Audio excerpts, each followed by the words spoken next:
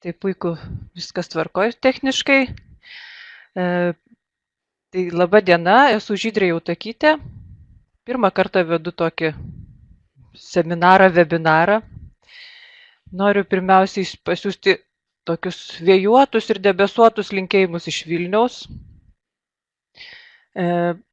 Šiek tiek liūdna, kad vasara baigėsi, kita vertus prasidėjo baravykų sezonas ir tai nauji iššūkiai, nauji lūkesčiai, nauji džiaugsmai.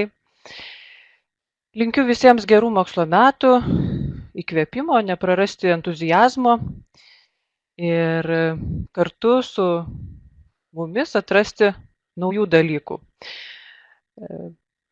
Šiandien pristatysiu mūsų naują muzikos mokymosi komplektą naujos serijos Atrask muziką 9.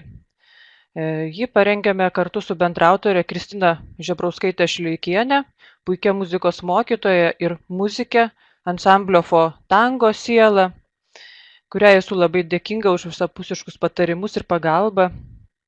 Taip pat noriu padėkoti visai komandai, labai daug žmonių dirbo iš tiesų. Tai pirmiausiai leidinio vadovėms Ingridai Navalinskieniai, Rimai, taip pat kalbos redaktoriai, be kurios tikrai vadovėlis būtų žymiai blogesnis, Margaritai Šečkuvieniai, dizaineriai, Rūtai Deltuvaitai ir visiems kitiems, kurių šiandien neprisimenu, tiesiog negaliu paminėti, bet visi kartu nudirbame didelį darbą ir parengėme mokymo priemonės naujas. Taigi, čia titulinėje skaidrėje matote daug gerų dirigentų ir šalia matote mažiau tradicinių vaizdelių. Tai vokiečių grupė Kraftwerk ir Donata Katkų diriguojanti ekskavatoriams. Tai šiek tiek pristato viso mokymo komplekto koncepciją. Tradiciniai dalykai šalia naujų dalykų. Visą laiką vyksta gretinimo procesas. Taigi, dar kadangi pirmą kartą tokį dalyką vedu, tokį webinarą, noriu paprašyti kažkaip susitarti dėl tvarkos. Aš galbūt pasistengsiu pristatyti kažkokį gabaliuką ir tuomet iš to, ką aš pristačiau, jūs užduosite klausimus, nes iš tikrųjų taip labai keista, kai į vieną pusę tas šnekėjimas toks keistas jausmas yra, norėtųsi jūsų reakcijos, bet vis tiek ir ne vidury šnekos, bet galbūt tam tikrais etapais. Tada aš tiesiog galėsiu iš karto atsakyti, o pabaigoje seminaro, žinoma, iš visos medžiagos bus galima padiskutuoti apie iškilusius klausimus. Taigi, seminaro tikslas yra supažindinti su naujos serijos Atrask, tai yra leidyklos Šviesa nauja serija, mokomuoju komplektu Muzika 9 ir jo taikymo ugdymo procese galimybėmis. Na, žinoma, mūsų lauke, mūsų muzikinio ugdymo lauke kyla daugybė ugdymo problemų. Žinoma, ne tik muzikinio ugdymo, apskritai ugdymo. Mes vis girdime tokius skandalus ir mažai girdime gerų dalykų. Tai muzika susiduria su tokiais iššūkiais. Tai pirmiausiai dalyko prestižas. Mes sakome, kad mokiniai nevertina mūsų dalyko, mūsų kolegos nevertina mūsų. Ne, tai atrodo kažkoks antrinis dalykas, per mažai svarbus. Labai aišku, kyla problemų dėl mokinių mokymosi motyvacijos.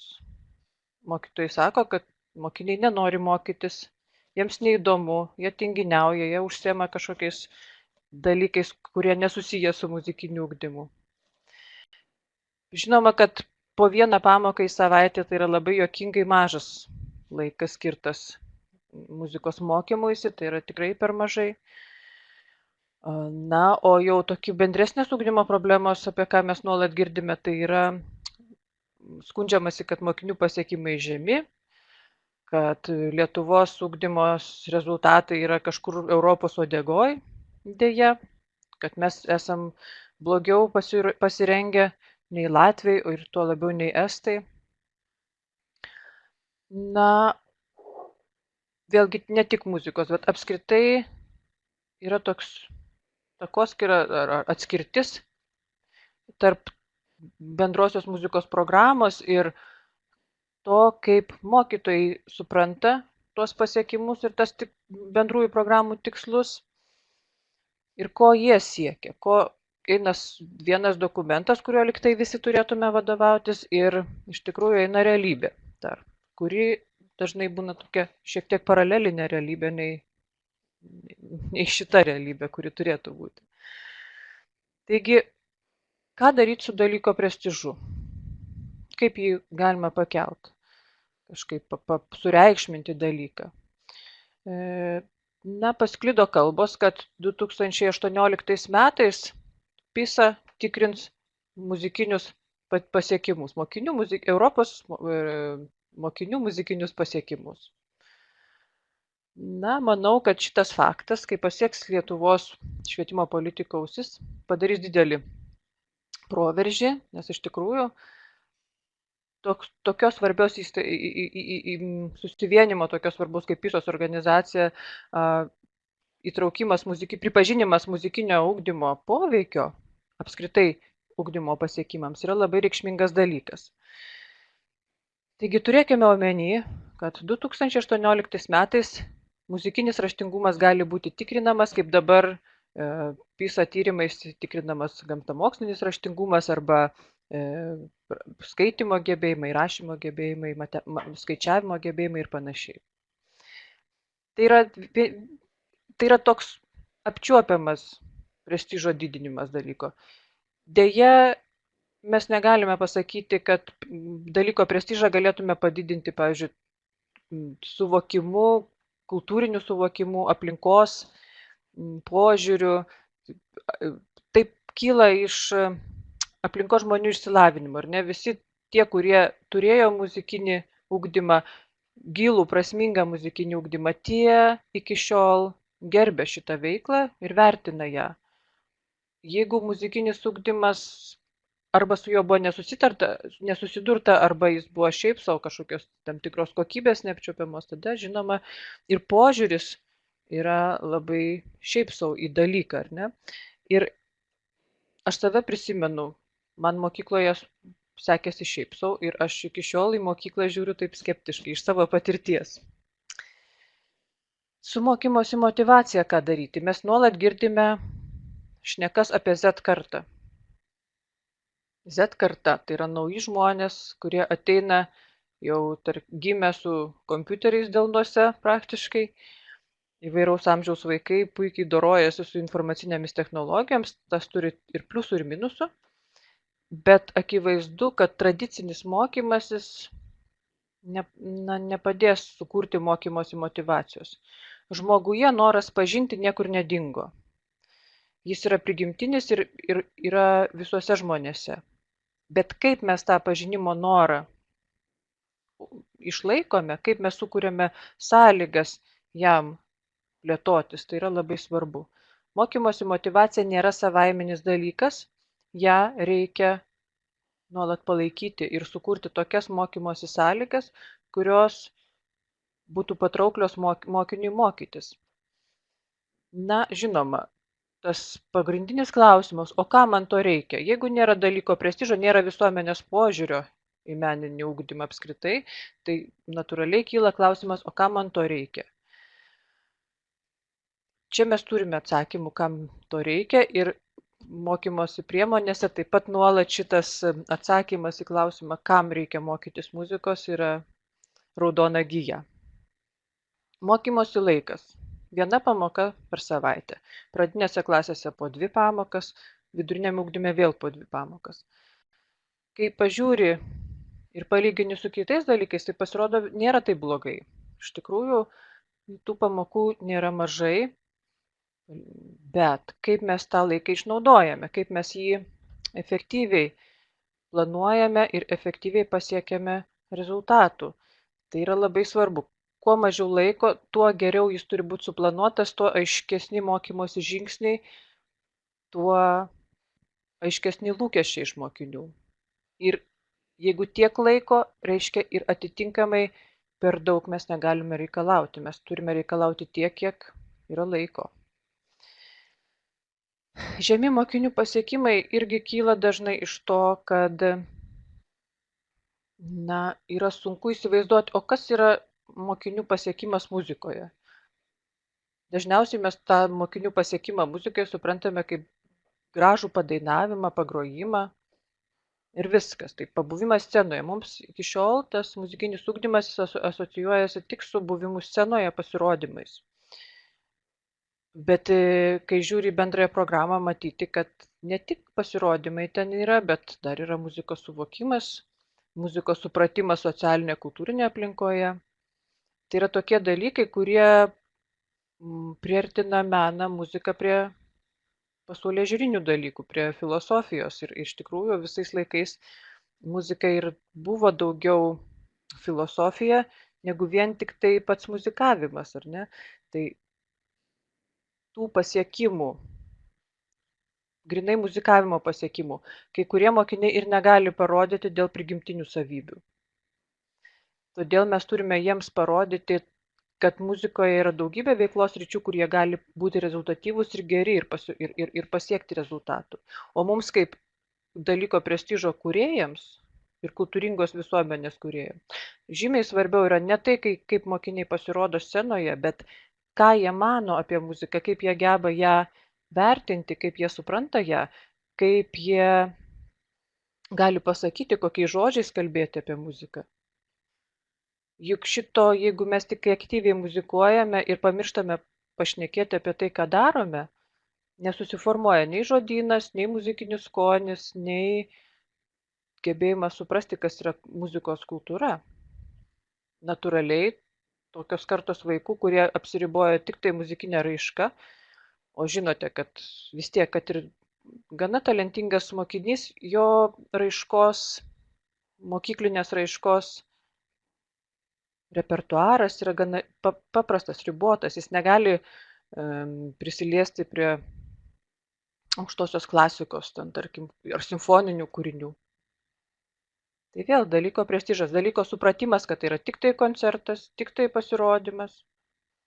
Tai šitie dalykai yra labai susiję. Ko mes mokomės, ko mes laukiam iš mokinių, kokių rezultatų, kaip mes suprantame muzikos mokymos rezultatus, kas tai yra. Ir automatiškai turime atsiremti bendrąją muzikos programą, kur šitie tikslai visai Lietuvai ir surašyti. Bendri programiniai tikslai. Negalima dokumentų niekada skaityti pažodžiui. Tai yra nuorodos, gairės, kelrodis, kurį jūs interpretuojate kūrybiškai. Bet pagrindinės nuostatas įgyvendinti visiems būtina. Tai reiškia būtina ir muzikos klausytis, ir žiūrėti į muzikinius reiškinius aplinkoje, ir muzikuoti, groti reiškia, ne tik dainuoti, bet ir groti, ir kurti, ir daryti klasės pasirodymus. Tai vat visos tos veiklos rytis, kurios išvardintos bendrosiuose programuose. Ir sieti veiklas su mokinių amžiaus ypatumais. Juk, pavyzdžiui, jeigu mes galime daryti su pradinukais daugybę dalykų, kuriems viskas yra įdomu. Ir žaidimai, ir kūrybinės užduotis, ir dainavimai, dainelės su judesiukai, su viskuo. Tai mes nebegalime to paties daryti 11, 12 ir 9, 10. Vaikai pasikeitė ir procesas turi pasikeisti, prioritetai turi pasikeisti, ta logika ugdymo turi nuolat atsiremti į mokinio specifiką. Na, trumpai apie seriją Atrask. Jūs dirbote su Šok serija. Tai puikiai serija pilna nuo 1 iki 8 klasės šiemet jau įvyko, ir ne, tai gerbiamos daktarės Gridziauskienės su komanda, pradiniams klasėms Šok serijos vadovėliai parengti, ir dabar šiemet baigtas pirmojo koncentro, tai yra 5-8 klasės vadovėlių serija, muzikos vadovėlių serija Rasos parengti taip, Malikienės, atsiprašau, turiu po ranka vadovėlį. Šiemet prasideda nauja serija, Atrask serija. Atrask yra orientuota būtent į tą naują Z kartą. Reiškia, Z karta yra tie patys vaikai, tik tai žymiai aktyvesni ir žingeidesni ten, kur jiems įdomu, ten, kur jie užsikabina. Taigi tokiems mokiniams jau nebesuveiks tie tradiciniai metodai, taikiamieji metodai, jie turi daryti patys ir atrasti tai, kas jiems įdomu. Taigi pagrindinė veikla šitos serijos, dabar kol kas yra šiemet parengti istorijos vadovėlis ir geografijos vadovėlis, žemesniem 5 ir 6 klasiai. Tai visų šitų dalykų pagrindas bus tyrinėjimas, mokymasis tyriant.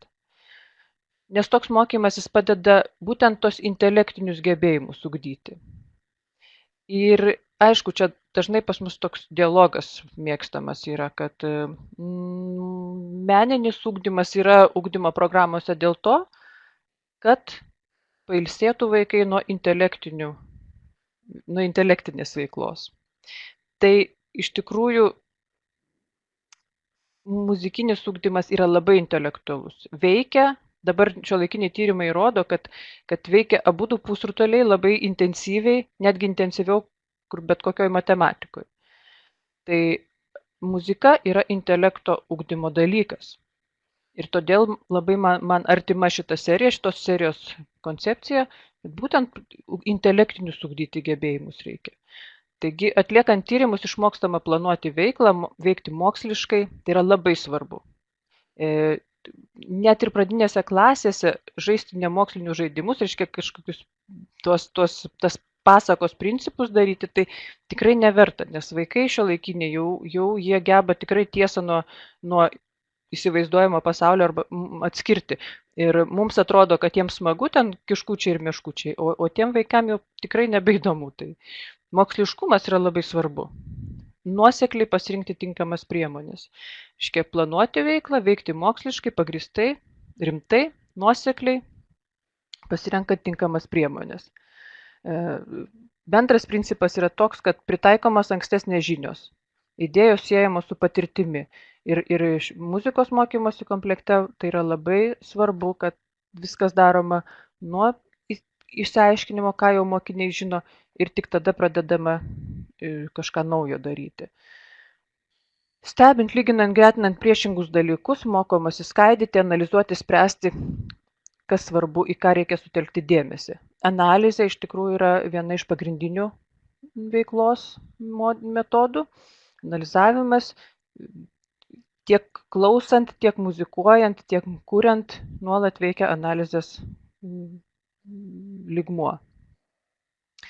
Klasifikuojant, skirtant kategorijomis, apibendrinant, prognozuojant, darant išvadas, formuojamos sąvokos, mokomasi suvokti visumą.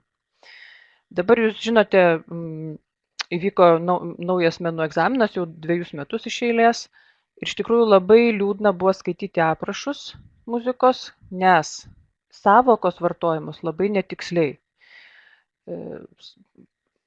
Rašto darbuose aprašuose, ar ne, kai reikia paaiškinti, ką dariau, ką kūriau, ką dainavau, visiškai nevartojamos arba vartojamos netiksliai sąvokos.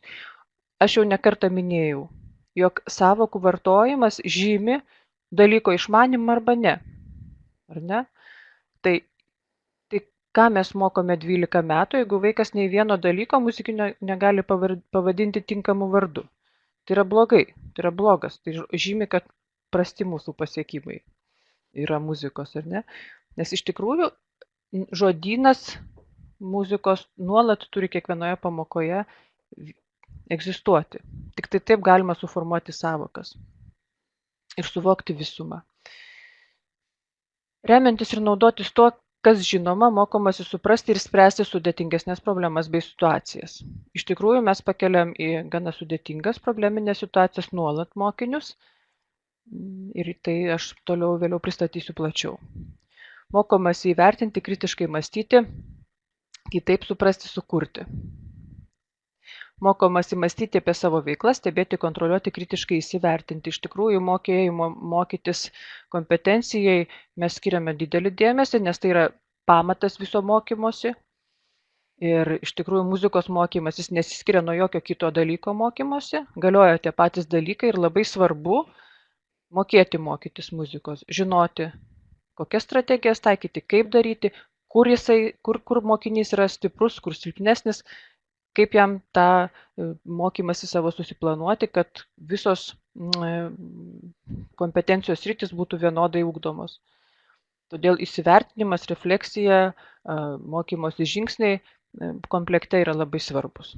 Na ir dabar aš pereinu prie jau detalesnio priemonių pristatymo ir smulkiau pakomentuosiu kiekvieną iš tų serijos. Čia yra serijos principai, serijos konceptualieji principai, kurių mes laikėmės savo komplekte mokomajame komplekte.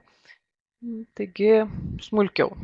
Komplektą sudaro melomano užrašai, tai yra mokinio sąsiuvinis, mokinio darbo sąsiuvinis. Ir noriu pasakyti, kad iš tikrųjų tai yra pagrindinė priemonė mūsų supratimu, nes tai yra mokinio mokymosi vedlys. Ir mokinys ten labai daug gali savarankiškai daryti. Praktiškai mokytojas tampa labiau tokiu moderatorium, koordinatorium, patarėju, to teisingo žodyno, teisingos kalbos vartosenos užtikrintojų, pavyzdžių, bet mokinys gali daugybę dalykų išmokti pats. Ir tai yra esminis dalykas. Z kartos žmonės, jie patys nori daryti. Toliau kita komplekto dalis yra vadovėlis. Jis vadovėlis bus popierinis ir skaitmeninis. Aš dar dėja nemačiau, kaip jis atrodo natūroje, jau girdėjau, kad yra signalinis egzempliorius ir kažkur savaitės ar 2 savaičių eigoje turėtų jau būti tiražas išspausdintas. Labai pačiai smalsu, kaip gavosi iš tikrųjų, nes darbo buvo tikrai labai daug. Dirbome visi išsijuosę, ir autorės, ir visas kolektyvas, kuriam jau dėkojau pradžioje. Toliau yra skaitmeninė mokytojo knyga. Ir skaitmeninė laiko juosta epochų langai, tai yra tokia papildoma informacijos šaltinis, kur man labai patinka, nes muzikos įvykiai pristatomi istorinių įvykių kontekste. Ir iš tikrųjų tas susiejimas istorijos ir muzikos yra labai svarbus vaikams tą visuminį vaizdą kūriantis. Taip pat yra garso įrašai, pagrindiniai garso įrašai elektroninėje erdvėje, kurie bus prieinami tiek mokytojui iš mokytojo knygos, tiek mokiniams iš melomano užrašų. Jie gaus nuorodas ir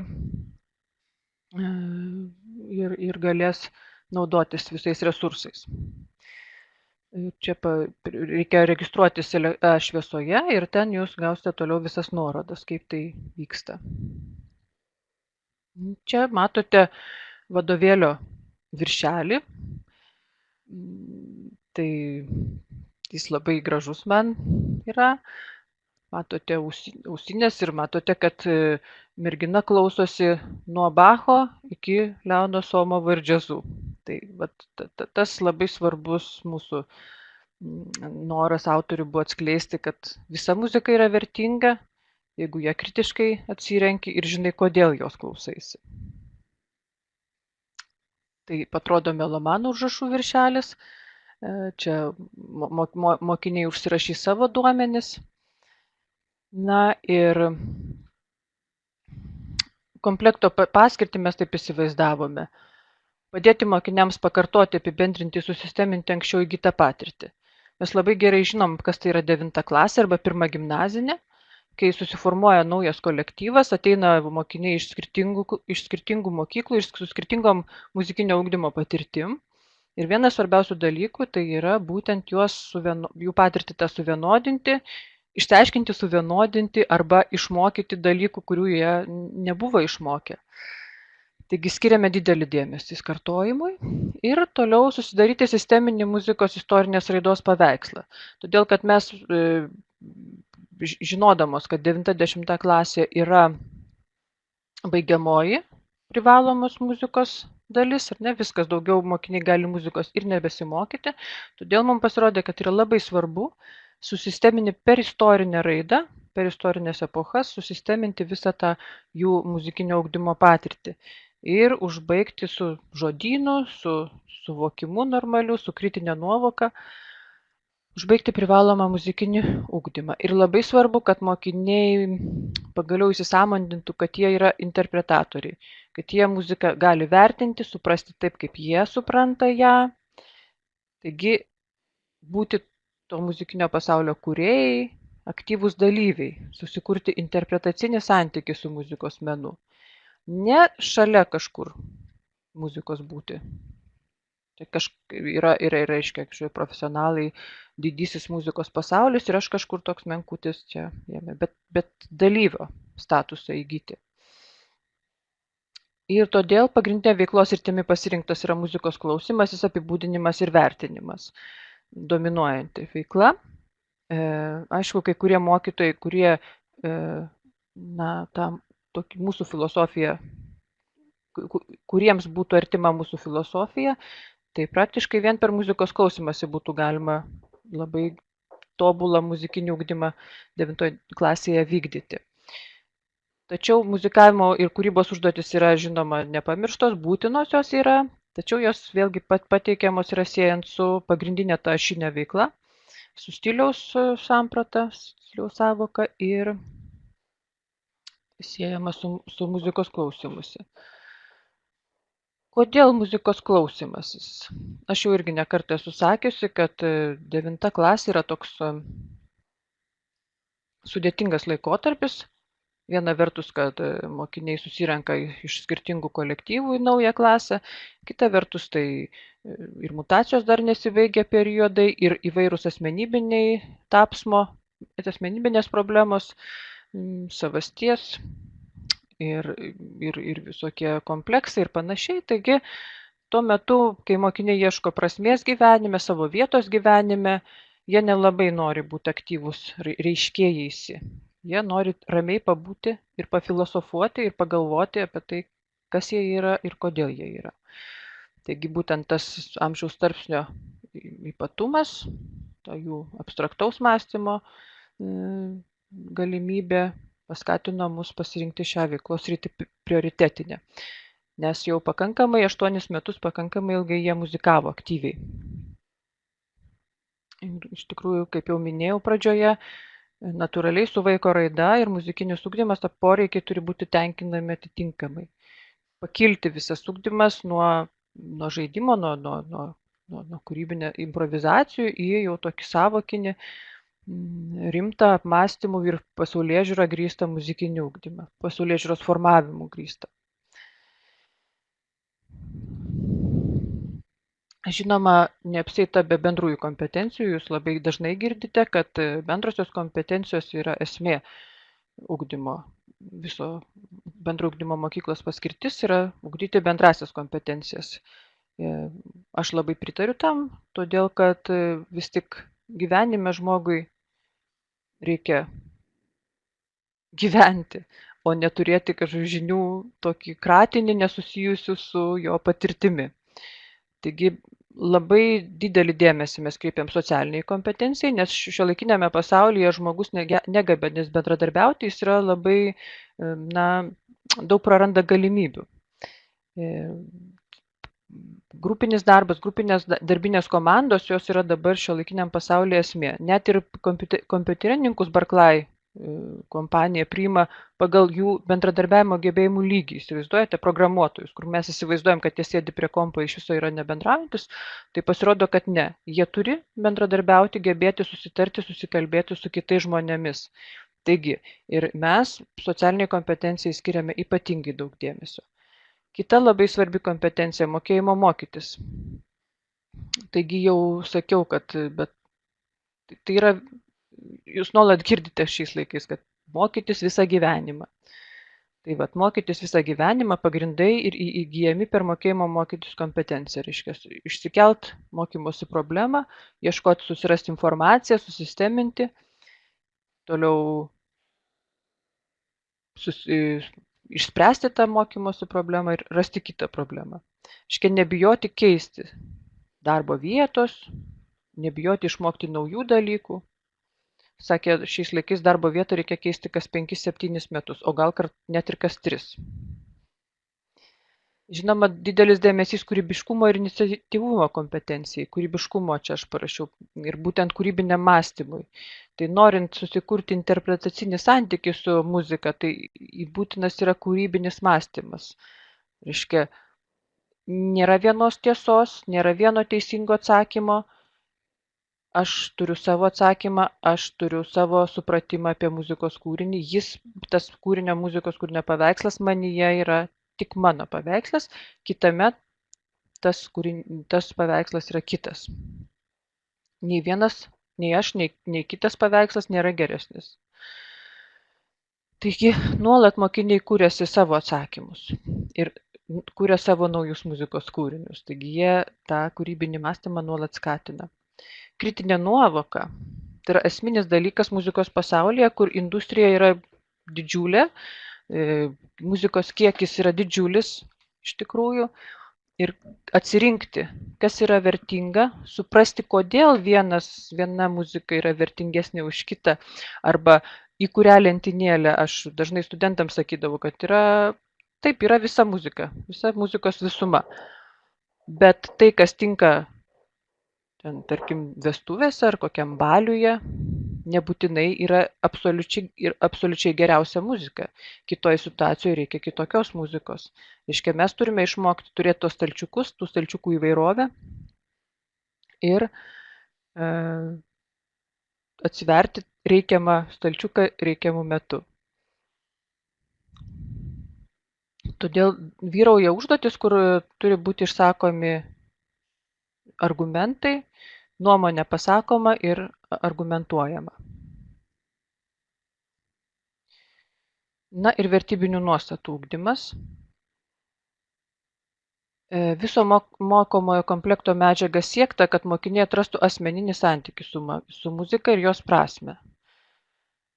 Mes nuolat pabrėžiame, kad muzika yra prasminga, ji buvo prasminga žmogui visais laikais, visais istoriniais periodais. Ir tai nuolat yra raudona gija visame komplekte. Dominuoja probleminės užduotis, skatinančios analizuoti ir vertinti muzikos reiškinius, išsakyti savo argumentuotą nuomonę. Tas pasverimas argumentų, tai yra irgi vertybinių nuostatų ugdymas. Ar ne? Ką aš pasakau? Patinka, nepatinka? Ar kokį argumentą aš sugalvoju? Kas yra tikras argumentas? Kas yra vertingas argumentas? Pristatant istorinio muzikos stiliaus kontekstą, akcentuojami visuomenės estetiniai idealai, filosofinės pažiūros. Man labai patiko kažkada išgirsta mintis, kad muzika neša emocinę informaciją apie aptariamo istorinio periodo žmonių jausmus. Tai yra, kitaip sakant, tokia informacija apie išgyvenimą ar jausminę kultūrą, pasaulėjautą žmonių. Tai iš tikrųjų taip ir yra emocinį pasaulį. Epochos mes galime pažinti, klausydamiesi muzikos ir skaitydami, ką apie muziką manė to laiko žmonės, kaip jie ją vertino. Pasitelkiant prasmingas filosofinės sentencijas, mokiniai skatinami apmąstyti savo pažiūras.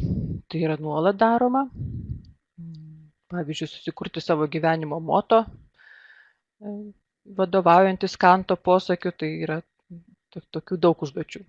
Pasitelkiant pamokos pradžiai pateiktas aktualizuotas provokacijas, siekiama, kad mokiniai apmąstytų savo požiūrį į išskirtinius istorinės epochos ar stilistikos reiškinius, kad tarp jų ir dabarties problemų atrastų sąsajų.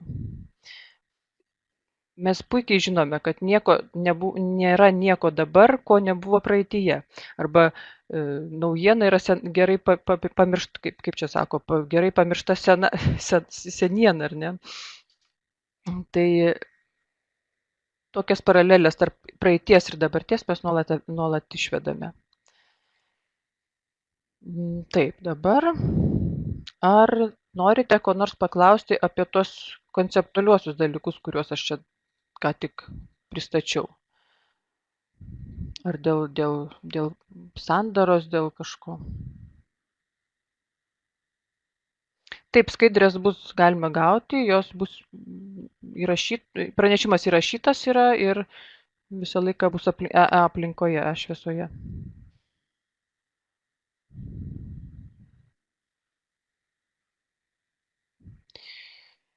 Taigi, toliau dabar detaliau smulkiau pristatysiu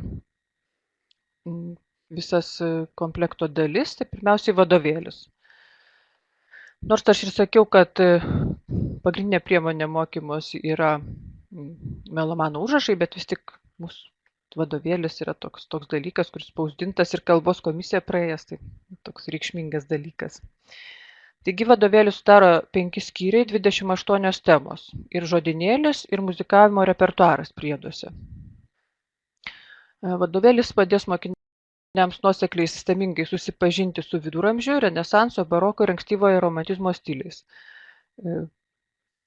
9 klasėje. 10 planuojame, kad bus vėlyvasis romantizmas ir modernieji muzikos stiliai. Taip pat vadovėlis padės aktualizuoti informaciją. Atskleidžiama, kaip epocha reiškėsi Lietuvoje, nurodomos praeities ir dabarties muzikos reiškinių sąsajos. Tas aktualizavimas yra per parodymą, kad praeitis reiškėsi dabartyje nuolat ir nesustabdomai reiškėsi. Taip, atsiprašau, praleistas klasicizmas. Tikrai klasicizmas yra ir daug dėmesio jam skiriama. Taigi viduramžiai, renesansas, barokas, klasicizmas ir ankstyvasis romantizmas. Ir čia matote turinį, nežinau kaip gerai jūs jį matote, bet reiškia vadovėlio turinys ir melomano užrašų turinys. Taigi vadovėlio turinį sudaro įvadas, kuriame paaiškinama yra principiniai dalykai vadovėlio. Tada pirmoji pamoka susipažinkime, kuri tiesiog bendrom taisyklėm aptarti, įsivertinimui, savo muzikos mokymosi patirties aptarimui. Toliau pirmasis skyrius, 5 pamokos yra skirtos kartojimui. Dabar su to kartojimu, aišku, tai skirtingai reikia žiūrėti šitas pamokas, į tos skaičius, ar ne, kiek pamokų skiriama.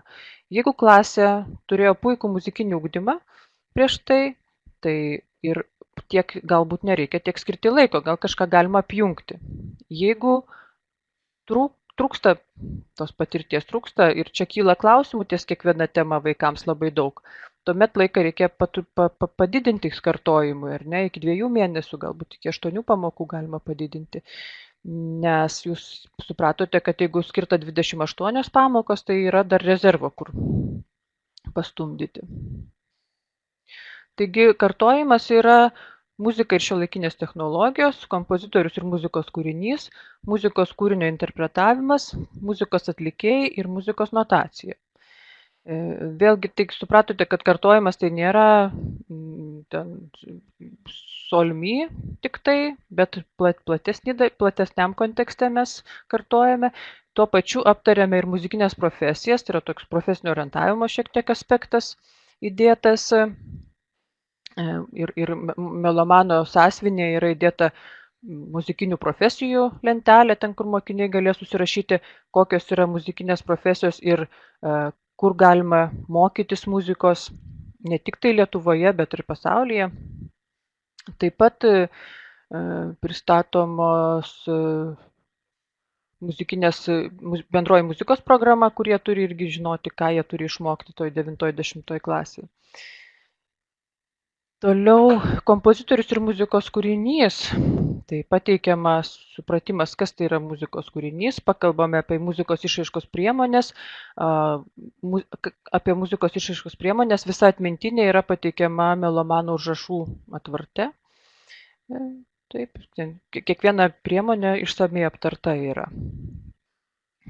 Taip pat muzikos kūrinio interpretavimas, vėlgi kalbam apie muzikologus ir muzikologų tą darbą ir mokiniai taip pat jiems suteikiama galimybė suprasti, kad muzikos klausymasis taip pat yra aktyvi muzikinė veikla, nemažiau svarbi negu ta aktyvioji raiška.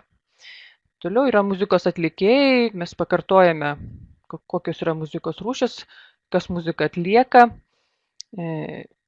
Pakartojam visus žymiausius Lietuvos atlikėjus ir pasaulio. Čia vaikai turi daug savarankiško darbo, ieškoti internete informacijos, ne tik internete, aišku, įvairiuose šaltiniuose, bet pristatoma, gražiom nuotraukom pristatoma yra visa plejada muzikos Lietuvos atlikėjų.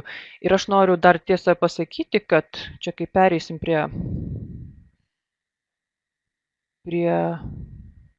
paveikslų, kad labai svarbi,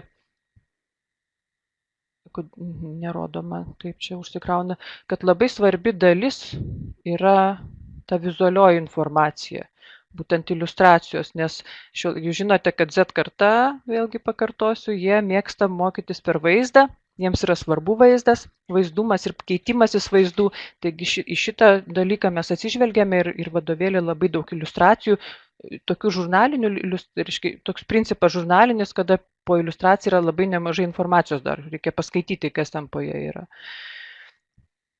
Taigi, ir muzikos notacija, čia yra toks pamokomasis tekstas, kodėl verta mokytis muzikos natų, ir vėlgi melomanų užrašuose yra nemažai pateikta atmintinių, visi pagrindiniai ženklai, taigi bus patogu mokiniams po ranka nuolat turėti, kalbant apie muziką, toliau atliekant muzikos klausymos ir muzikavimo užduotis. Taigi toks yra kartojimo skyrius, toliau prasideda viduramžiai. Taigi apskritai mes pradedam nuo to, kas tai yra stilius ir stiliaus samprata, ir čia daug įdomių užduočių melomanų užrašuose yra, būtent, kad tas ne tik per muziką, bet ir per kitus pavyzdžius suprasti, kas yra stilius. Taip, toliau viduramžių muzikos ypatumai. Na, čia liko tik viena pamoka, jinai gana informacijos, aišku, nemažai yra, bet stengiamės vis tik palikti daugiau laiko toms epochoms, kur mes turim daug gyvų pavyzdžių ir kur ta muzika dar iki šiol labai gyva, o viduramžiai tokie, toks periodas, kur visko daug vyko muzikoje, bet mes negalime nei daug paklausyti. Daugiau yra renesanso muzikos, taigi ir dėmesio renesansą išskiriam iš viduramžių ir pateikiam atskirą pamoką. Toliau baroko epochos ypatumai, baroko orkestras instrumentinės muzikos žanrai, baroko opera ir vokalinės instrumentinės muzikos žanrai. Tokios temos yra antrame skyriuje. Ir kiekvienas skyrius baigėsi apibendrinamąją pamoką, skirtą mokiniams giliau įsivertinti, suprasti, ką jie išmoko ir įgijo kokios patirties šias pastarąsias temas besimokė. Ir taip pat apibendrinti tą informaciją ir tas užduotis, kurias jie čia atliko per visą skyrių. Toliau, trečiame skyriuje, pamirštame klasicizme. Jūs matote, epocha pristatoma tam tikrų, suformuojant tam tikrą, liktai, kažkokią estetinę idealą. Tai jūs čia nuo viduramžių, nuo tų senųjų amžių, tamsiųjų amžių anksčiau vadintų, iki apšvietos renesansai ir barokė, kada prasideda jau naujasis pasaulis, naujasis mąstymas. Klasicizmas tai tikrai racionalus ir paprastas, tas estetinis idealas, racionalumas ir paprastumas, todėl mes taip ir vadiname skyrių, tais reikšminiais žodžiais. Na ir čia kalbam apskritai, pirmoji pamoka yra skirta tam, kad suprast, ką muzika reiškia ir ką mokslas reiškia šiame laikotarpyje. Toliau klasicizmo muzikos ypatumai, jūs matote, kartojasi pavadinimai. Tai reiškia, mes kiekvieną epochą pristatome tais aspektais. Ypatumai reiškia stiliaus savo sampratą to laikotarpio, toliau muzikos formos, klasicizmo orkestras, klasicizmo opera, kamerinės muzikos žanrai ir namų muzikavimo tradicijos. Ir tada dar atskira pamoka skiriama vienos klasikams. Šiek tiek plačiau pristatyti, nors jau jie čia nuolat buvo minimi, tačiau tokia, kadangi tai yra išskirtinės biografijos, išskirtiniai veikėjai, jiems skiriame atskirą pamoką. Bet jį mes rašome toliau mokytojo knygoje, kad nėra būtina. Čia su šita pamoka galima įvairiai elgtis. Na ir vėl apibendrinkite žinias ir pasitikrinkite. Klasicizmo skyriuje, kadangi mes jį gana tokios sudėtingos medžiagos pateikiame, melomanų užrašuose yra viena papildoma pamoka, nesutampa, čia yra daugiau pamokų negu vadovėlyje.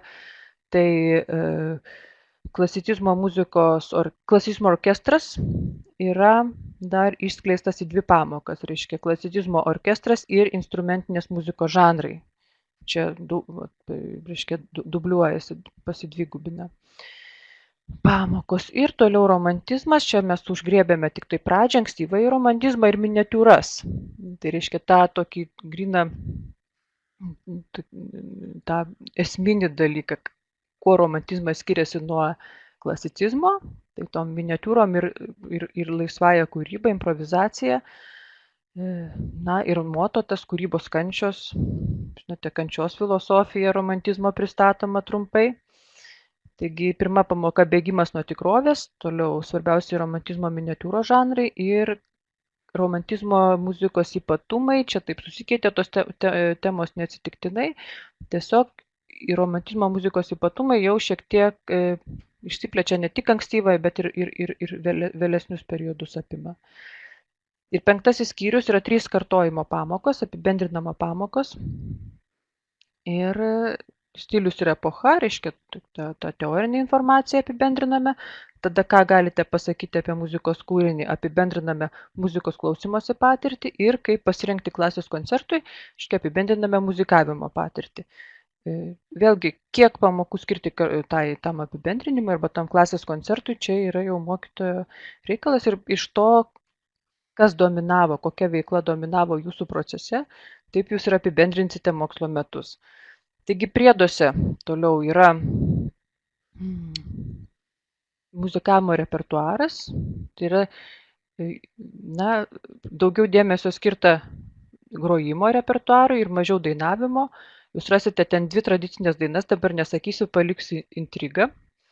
Ir keletą muzikavimo renesanso muzikavimo kūrinį, baroko muzikos kūrinį ir klasicizmo muzikos kūrinį. 3 instrumentinius kūrinius. Tada yra žodinėlis, labai svarbi dalis, ir literatūra, kaip jau visose knygose. Taip. Tai apie turinį. Dabar toliau, kaip yra skyriaus logika. Jau šiek tiek ir užsiminiau, kad prasideda skyrius įvadinių tekstų. Tai yra toks motyvuojantis tekstas, įvadas į tą epochą. Tada esminės temos, kurios jūs pastebėjote, kartojasi pristatant kiekvieną epochą. Ir apibendrinimas skyriaus, tai yra pamoka, tai yra tos esminės medžiagos, reiškia skyriaus medžiagos santrauka. Dabar kaip vadovėlio atlanka atrodo, reiškia, prasideda nuo nuorodos į melomanų užrašus, yra ženkliukai, puslapis nurodytas, tada tema ir provokacija. Provokacinis klausimas, toks, pavyzdžiui, ar menas yra prekė?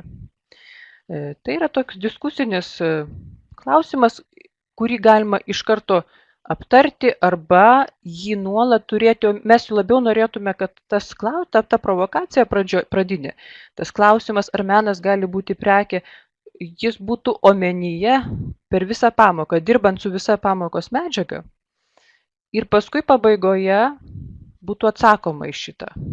Tai reiškia tokia probleminė nuostata į medžiagą, žiūrėjimas į medžiagą per šitas provokacijos sukeltą emociją. Taigi toliau pagrindinis tekstas, iliustracijos, jau sakiau, kad iliustracijos yra labai svarbi dalis vadovėlio. Ir būtent kaip iliustracijos yra parinktos tokios, kurios papildo ir praplečia tekstą ir atneša netgi naujos informacijos. Kai kurios iliustracijos yra kaip naujos informacijos šaltinis prie teksto.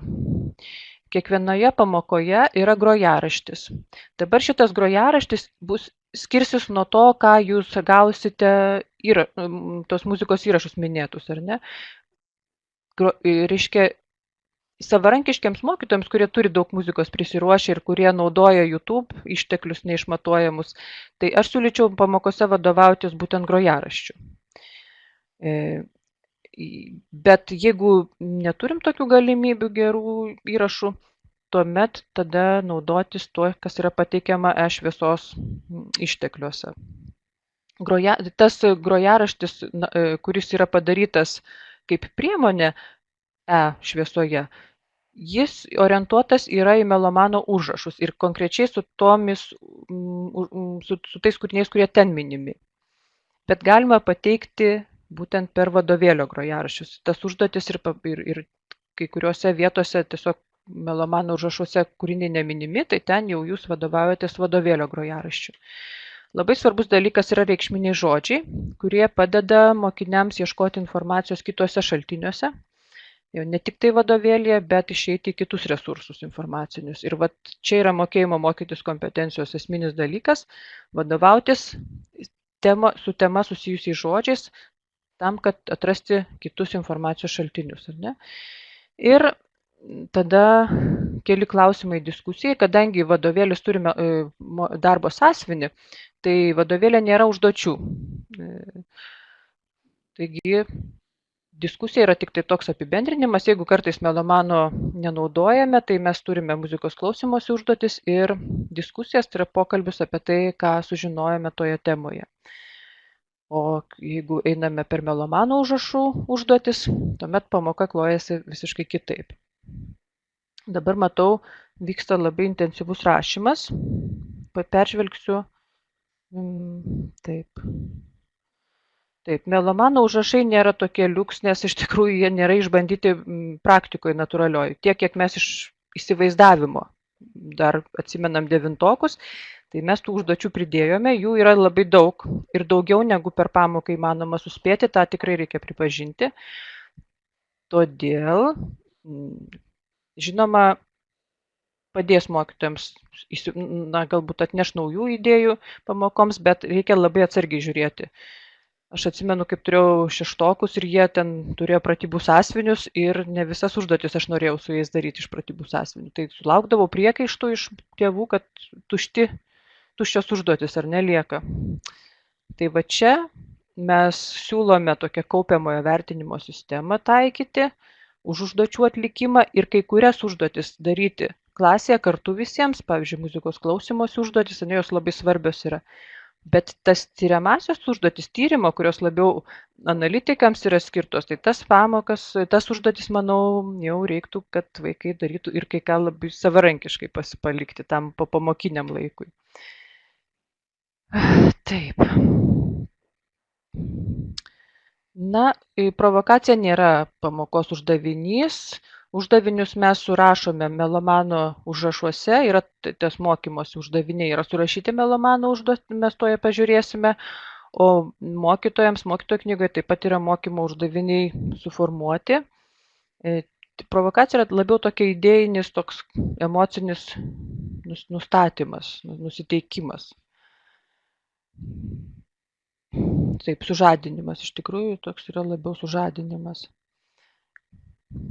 Pavartyti tos daiktus ir man labai norisi, nes aš dar nemačiau jų. Iš tikrųjų, fizinis kūnas yra labai įdomus. Na ir dabar keletas atlankų. Pasižiūrėsime, kaip tai viskas tas atrodo. Čia trečiasis skyrius, tas rimčiausias skyrius iš tikrųjų iš to vadovėlio, sudėtingiausias. Na ir šitas tekstas įvadinis, pavyzdžiui, jis yra toks apie enciklopedijas, apie 18 amžiaus švietimo idėjas, apie klasicizmo ir klasikos sąvokų atskirti. Aš nežinau, kada mokytojai šitą darys. Turbūt kartu su pirmąja pamoka. Reikia perskaityti tą įvadą, bet jį perskaityti reikia. Apie tai pakalbėti taip pat reikia, bet pamokų skaičius yra labai ribotas. Ir tada, tie pirmieji metai, matyt, darbo su šito vadovėliu bus tokie eksperimentiniai. Nes iš tikrųjų ties kiekvienu sakiniu čia galima sugaišti ir po pamoką. Jeigu prasideda gera diskusija, tada, žinoma, laikas bėga labai greitai. Taigi linkiu visiems labai taip, dėja vėluoja leidyba vadovėlių ir negalima iš anksto pasižiūrėti, bet tiesiog taip kritiškai žiūrėti visą šitą medžiagą ir vadovauti savo pedagoginę sveiką nuovoką.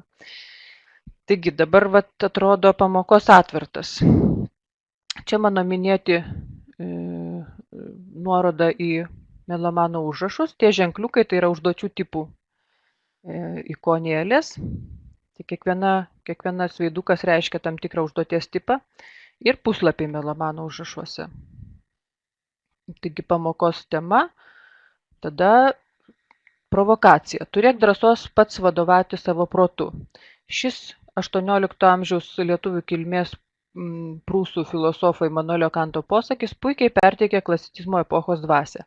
O koks galėtų būti šiuolaikinio žmogaus gyvenimo kredo? Taigi, tai kas čia yra toks tiesiog provokacija sužadinimas, mąstymo sužadinimas, mąstyti. Net ne apie muziką, bet mąstyti apie tą laikotarpį tam tikroje šviesoje ir ieškoti atsakymo, o koks galėtų būti šiuolaikinio žmogaus kredo.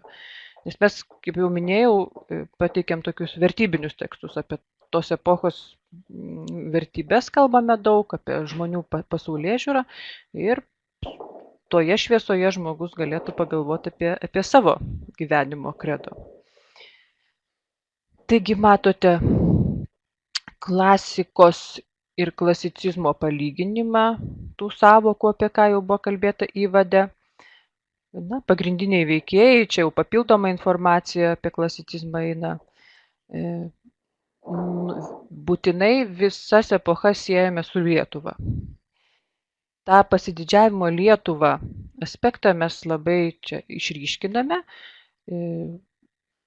Lietuva kiekvienoje pamokoje egzistuoja praktiškai ir štai, pristatant klasicizmą, mes kalbam apie Kristijoną Donelaitį, didžiuojamės juo ir taip toliau. Taigi epocha ir muzika, klasicizmas Lietuvoje, klasicizmo muzikos ženklai šiuolaikiniame pasaulyje. Va tai tos esminės tokios temos. Sekundę, aš turiu atsiprašyti, kažkas beldžiasi man į kabinetą.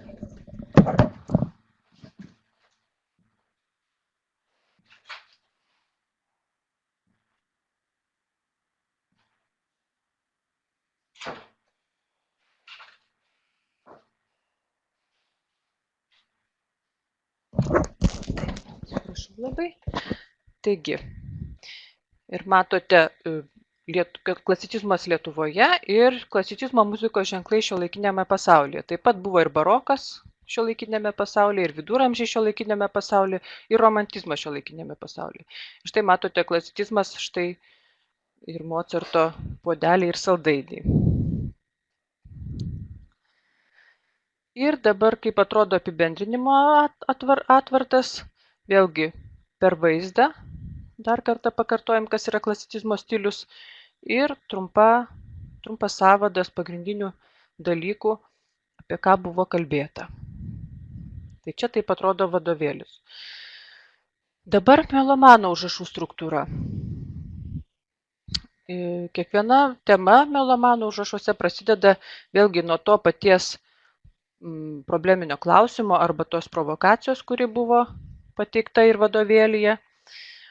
Tada mokymosi uždaviniai ir toliau refleksijos užduotis, epochų langai, tai yra informacija, reiškia, melomano užrašuose bus tokia speciali įklyje, įdedalas, kitaip sakant.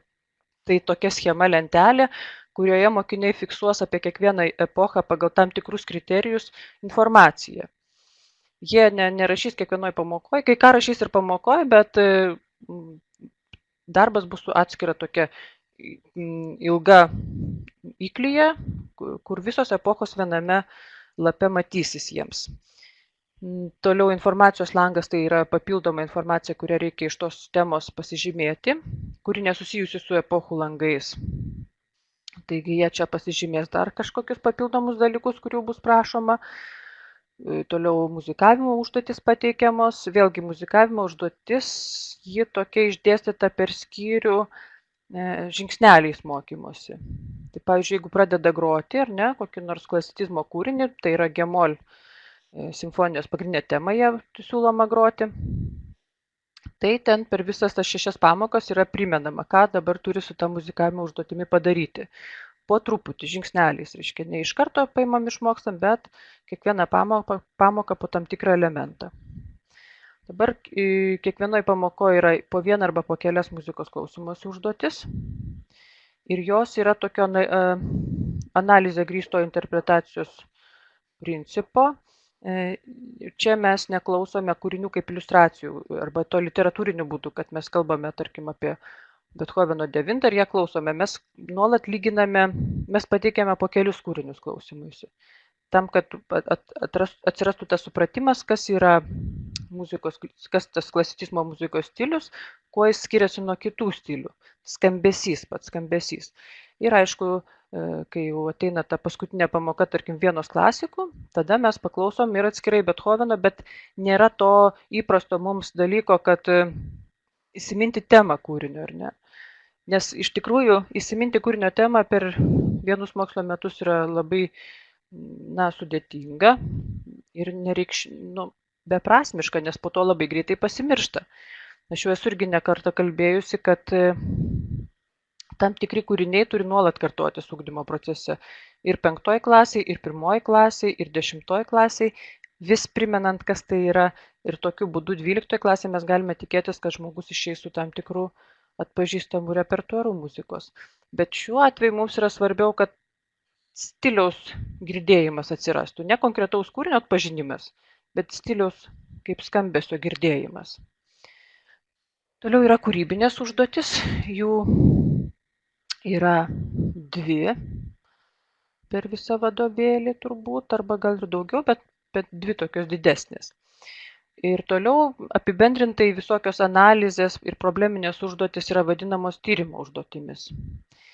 Tai pavyzdžiui, parašyti kokią nors pastraipą apie tekstą, kurį perskaitė, arba apie girdėtą kūrinį, arba susikurti, pavyzdžiui, tą savo gyvenimo kredo, tai mes tokias užduotis vadiname tyrimo užduotimis. Ir jeigu kūrybos ir muzikos klausymosi užduotis ir turbūt muzikavimo reiktų atlikti klasėje, tai tos tyrimo užduotis jos dažnai galėtų nukeliauti ir į namus. Toliau atradimo užduotis. Visi 4 skyriai išskyrus 1 turi ilgalaikės skyriaus užduotis. Tai pavyzdžiui, 2 skyrius, viduramžių baroko skyrius, turi tyriamąją užduotį, tai yra informacijos rinkimas ir pristatymas klasėje pranešimo pavidalu. Klasicizmo skyrius turi akompanimento kūrimo užduotį 9 simfonijos temai, tai yra funkcinės harmonijos taikymo tokios pratybos, o romantizmo skyrius turi ilgalaikę užduotį dainos kūrimo. Taigi, ta atradimo užduotis irgi, jeigu lieka laiko klasėje, mes padarom ją klasėje, bet vėlgi tai gali būti grupinė, kaip pirmoji ta tyriamoji užduotis, arba individuali savarankiška užduotis. Nes mokymosi žingsniai tie labai aiškiai yra aprašomi kiekvienoje pamokoje. Toliau kiekviena pamoka baigėsi hitu. Tai yra tuščia eilutė, kur mokinys gali įrašyti savo tiesiog įspūdį apie tą pamoką. Tai, kas jam labiausiai patiko, kas jam geriausiai pasisekė, arba hitas blogąja prasme, parašyti tai, kas jam nepatiko arba nepasisekė. Tiesiog hitas tai tam tikra įsivertinimo arba refleksijos forma, bet akcentuoti jo labai sureikšminti nesinori, nes jūs žinote, kad rutininė refleksija, ta nuolatinė kiekviena pamoka kažkokiu tam tikrą formą pateikta įsivertinimo veikla, ji vaikams tampa nuobodi ir nemotyvuojanti, ir ne? Tai reiktų vengti tokių rutinos dalykų, o čia paliekame laisvai. Vaikas parašo, nori ne, mes neforsuojame ir nespaudžiame ir neprašome jų paskaityti, bet mokytojas, kai paims pratybų sąsiuvinius pasižiūrėti, kad nors jis galės susidaryti įspūdį apie to vaiko nuostatas į ugdymo procesą. Iš šitų hitų labai gražiai galima nujausti, kaip vaikas jaučiasi ugdymo procese ir kas jam sekasi gerai. Toliau pateikiame idėją. Idėja tai yra dar praplėtinys tos temos, apie kurią kalbėjome, ir nuoroda į platesnės informacijos, platesnius šaltinius, nežinau kaip čia pasakyti, toj mes dabar pereikime prie vaizdo, bus lengviau gal kalbėti. Taip atrodo įvadinė atlanka melomanų užrašų, Čia yra pristatoma ta būtent minėta tiriamo ilgalaikė atradimo užduotis. Ką reikės atlikti per tą laiką. Ir štai, matote pamokos tema, nuoroda į vadovėlį, koks galėtų būti šiuolaikinio žmogaus gyvenimo kredo, tai yra tas provokacinis klausimas atkeliauja. Toliau netrukus yra mokymosi uždaviniai, ką jie išmoks ir atliks šią pamoką. Refleksijos užduotis, čia parašo. Epochų langai, informacija į įdedalą ir tiriamoji užduotis. Pavyzdžiui, kaip atrodo ta tiriamoji užduotis, čia yra konkrečiai su pamokos iššūkiu. Čia yra taip, paskaityti. Turėk drąsos pats naudoti savo protų. Šis posakis puikiai atspindi klasicizmo epochos dvasią. Tuo metu žmonės suprato, kad išsilavinimas suteikia žmogui laisvę. Padiskutuokite su klasės draugais, ką šis posakis reiškia šiuolaikinėme pasaulyje. Kodėl ir mūsų dienomis svarbu vadovautis protu. Diskutuojant išgryninkite argumentus ir užsirašykite. Vadovautis protu svarbu, nes. Ir čia rašo argumentus. Dabar kūrybinė užduotis. Pagalvokite, kas jums svarbiausia ir sukurkite savo gyvenimo kredo. Užrašykite jį ir remkitės juo. Dabar muzikos klausymosi užduotis sujungta su tyrimo užduotimi. Įsižiūrėkite iliustracijas, suskirstykite jas į 3 grupės pagal stiliaus bruožus. Nurodykite panašias detalės, kurios padėjo susiorientuoti. Įvardykite stilius. Pasiklausykite kelių muzikos kūrinių fragmentų, užsirašykite kūrinių pavadinimus, juos sunumeruokite. Priskirkite klausytus kūrinius prie stilių, kuriuos atpažinote iliustracijose. Padiskutuokite ir užsirašykite, kokie panašūs stiliaus bruožai išryškėja muzikoje ir kitų meno rūšių kūriniuose. Taip, jūs matote jau kalbėti apie viduramžius, apie renesansą, apie klasicizmą, apie baroką ir baroką. Taip, o čia muzikos kūrinius užsirašo. Labai noriu paprašyti visų mokytojų, kad būtumėte dėmesingi kūrinių pavadinimams, kūrinių metrikoms. Taip, kompozitoriaus pavardė ir kūrinio pavadinimas turi būti labai preciziškai užrašyti. Ir tam, kad taisyklingai tai būtų daroma, tai jūs arba elektroniniai savo ten skaidrės rodydami kažkokias, ar lentoje tiesiog turite užrašyti. Kita vertus, grojaraščiai vadovėlėje tam ir padaryti yra, kad vėlgi matytųsi tikslus kūrinio pavadinimas ir kompozitoriaus pavardė. Taip. Toliau yra kūrybinė užduotis. Vadovėlį rasite Wolfgango Amadeus Mozarto čia yra muzikavimo, atsiprašau, užduotis, 40 simfonijos pirmos dalies pagrindinės temos aranžuotė. Išmokite ją pagroti. Ir čia pristatomas tam tikras žingsnis, ką daryti su muzikavimo kūriniu. Toliau yra pristatoma ilgalaikė ta užduotis atradimo, kurią mokiniai daro arba su mokytojo pagalba, arba savarankiškai. Susipažinkite su Odės džiaugsmui melodiją, klausykitės, grokite, solfedžiuokite, dainuokite. Toliau matote hito langelis. Tai yra tiesiog mokinio impresija apie pamoką. Ir idėja. Lietuvoje klasicizmo epochos palikimas gana gausus. Žymiausias šio laikotarpio kūrėjas architektas Laurynas Stuoka Gucevičius. Taip pat kūrė dailininkas Pranciškus Smuglevičius. Klasicizmo stiliaus bruožų pastebima rašytojo Dionizo Poškos, Simono Stanevičiaus, Antano Strazdo, Kristijono Donelaičio kūryboje.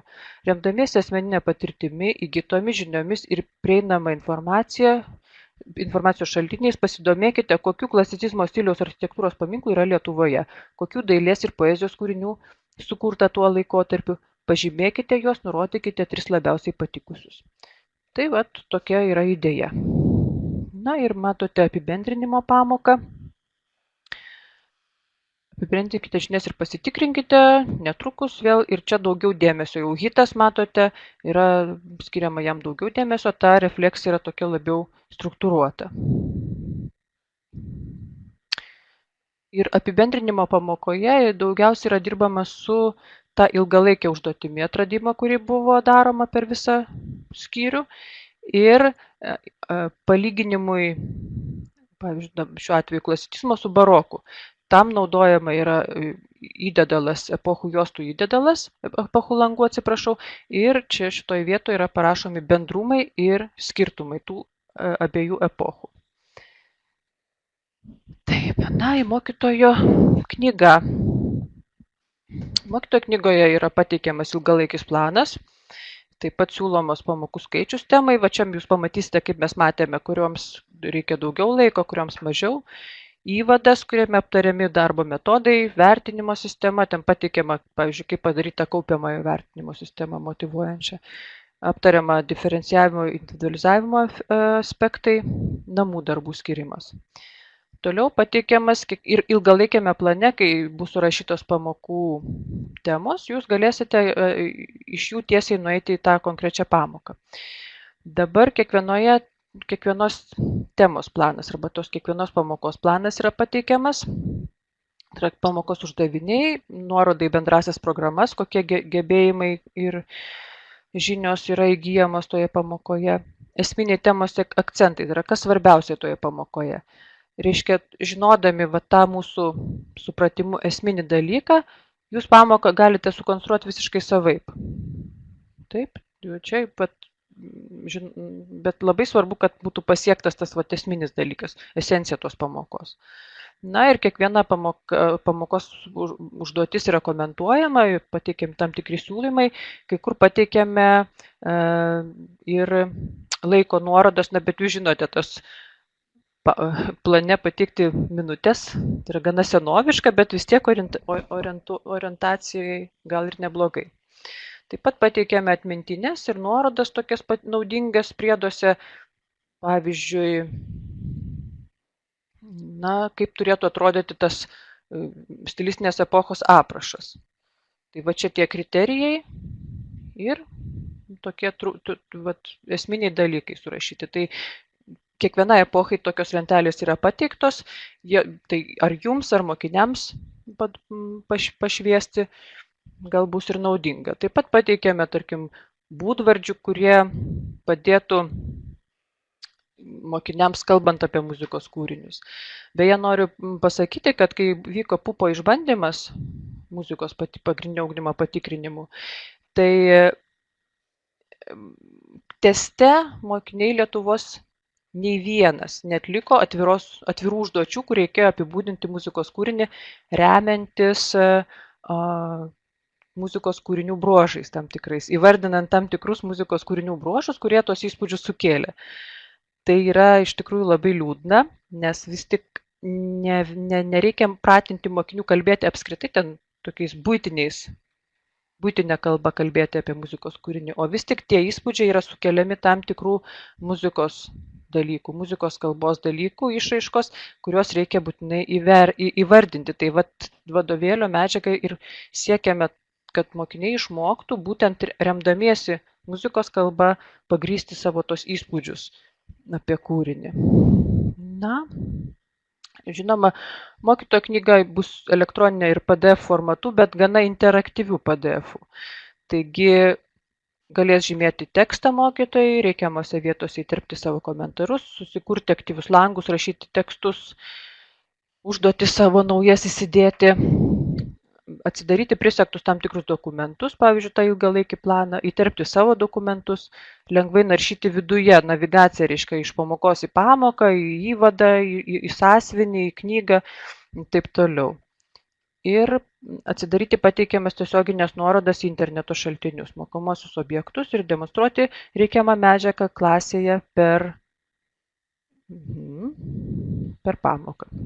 Tai tokių demonstracinių iliustracijų yra tikrai įdėta nemažai, jas galėsite tiesiai demonstruoti iš knygos per projektorių, jeigu tokį turite.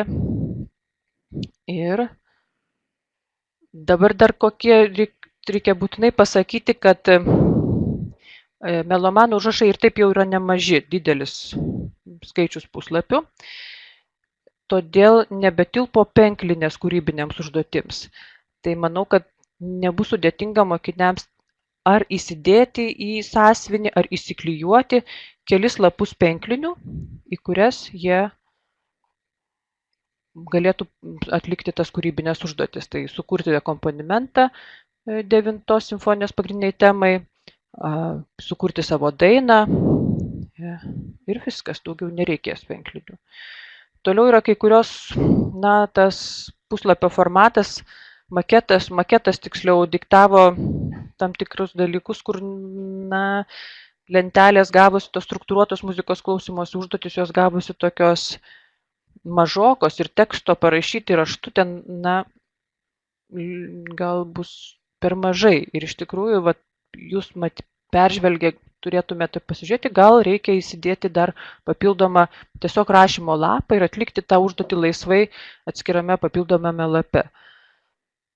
Dar reikės ten spalvotų pieštukų, nes kai kur atlikti tokius spalvojimus reikės. Apie muziką klausymus atskiras yra toks. Visa elektroniniam formate pateikta muzika yra paimta iš LRT fondų.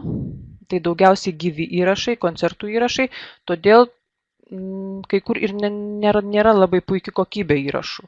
Užtat ir sakiau, kad geriau vadovautis grojaraščių ir savarankiškai muzikos susirasti pamokai. Nes kai kurių įrašų kokybė iš tikrųjų, yra tokia šiaip sau. Tai linkiu tikrai kūrybiškai žiūrėti tą pateiktą mūsų įrašų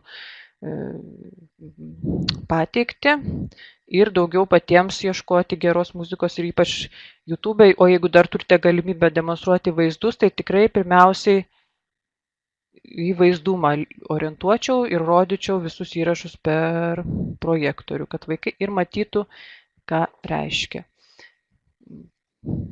Taigi, sėkmės atrandant muziką ir dabar laukiu klausimų.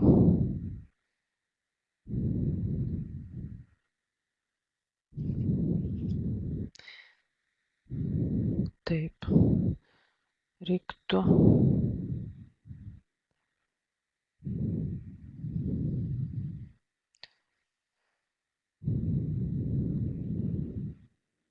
Gal mokyklos gaus dovanų komplektą. Aš dėl to tikrai negaliu nieko pasakyti, nes čia reguliuoja jau šviesa ir reikia klausti prekybos skyriui ten turbūt.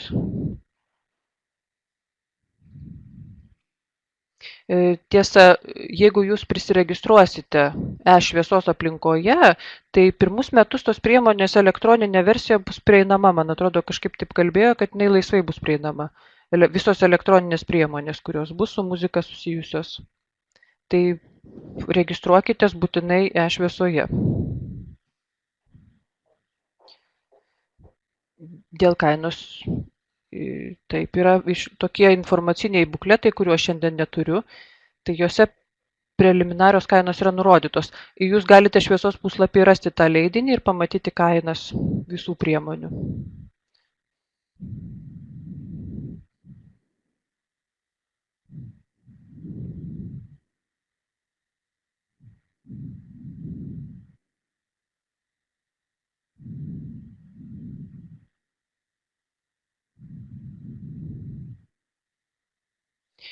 Štai matau, mokytojui svarbu tikslinga mokomosios medžiagos atranka, su kokiu vadovėliu bedirbsi ir planavimas. Tikrai pritariu visų 100%. Mokytojas yra esminis variklis ugdymo proceso, nuo jo priklauso visa kokybė ir visa sėkmė ugdymo. Ir iš tikrųjų jau praėjo tie laikai, kai su viena priemonė reikia dirbti pamokoje. Tas komentaras nelengva, iš tikrųjų pritariu. Čia jau turinys nebuvo toks adaptuotas visai paprastiems vaikams. Čia ir kalba yra tokia, nors paprasta kalba, bet vis tiek ta vertybinė orientacija ir toks filosofinis požiūris, jis nebus visiems prieinamas, tikrai turiu pripažinti. Tam, kad gerai pateikti, vėlgi reikia irgi perimti tą mūsų poziciją ir suprasti ją. Mechaniškai nepavyks. Čia tik reikia tą pačią filosofiją pajausti irgi.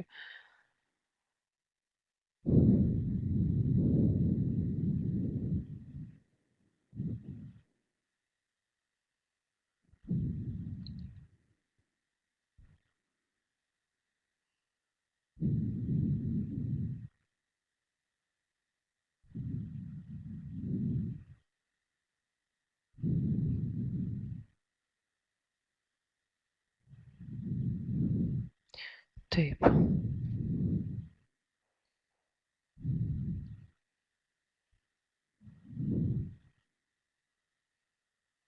Na, dėl to seminaro puikumo dėkoju, kad dėkojate, bet iš tikrųjų vis tiek maloniau visada matyti žmonės akivaizdžiai, nors žinoma, čia yra dabar šiuo metu 82 dalyviai, tai labai sunku įsivaizduoti tokį seminarą tiesioginį, bet vis tiek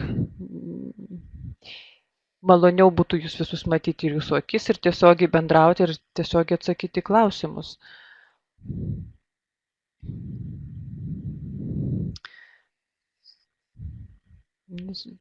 Tikrai, manau, susipažinti su priemonė yra visiems naudinga. Ar ją taikysite ar netaikysite, tai tikrai yra jo vėlgi jūsų požiūrio į muzikinį ugdymą klausimas, bet manau, kad atsiras, ką galėsite panaudoti savo ugdymo procese.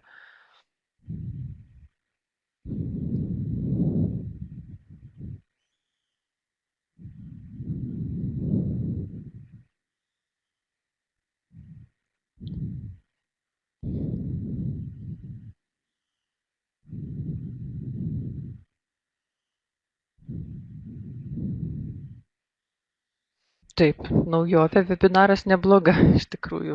Pasiekti galima daug mokytojų ir patogiai.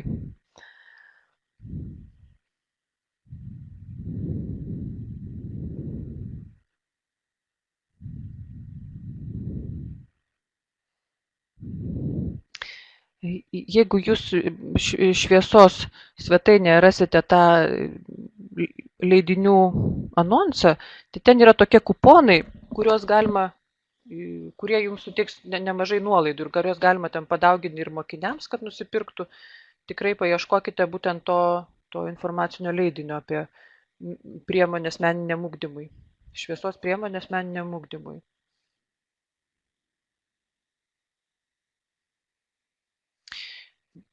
Dėl mokymosi motyvacijos be mokytojo pati priemonė nieko nepadarys. Vis tiek reikia gero mokytojo, tikinčio, mylinčio muziką ir nebijančio parodyti vaikams savo muzikinių interesų, savo tos meilės, pagarbos muzikai iš tikrųjų būtinai. Būtinai mokytojui reikia rodyti savo tą irgi vertybinės nuostatas, savo požiūrį, savo poziciją. Tai mokiniams labai imponuoja turbūt vis tik.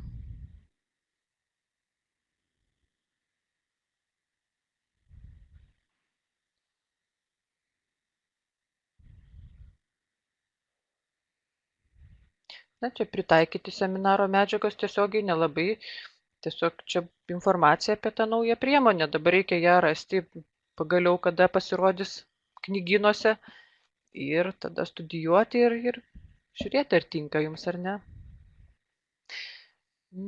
Numatyta 10 klasė, tęsinys numatytas ir turėtų pasaulį išvysti greičiau, jeigu viskas gerai, tai turėtų greičiau, anksčiau išvysti negu šiemet tas pavėlavo šiek tiek visas procesas.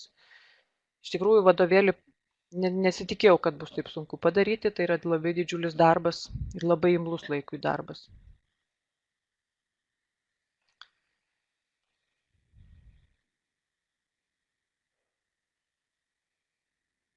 Mokytojo knyga bus tik elektroniniam variante ir šiemet priėjimas bus nemokamas, taip.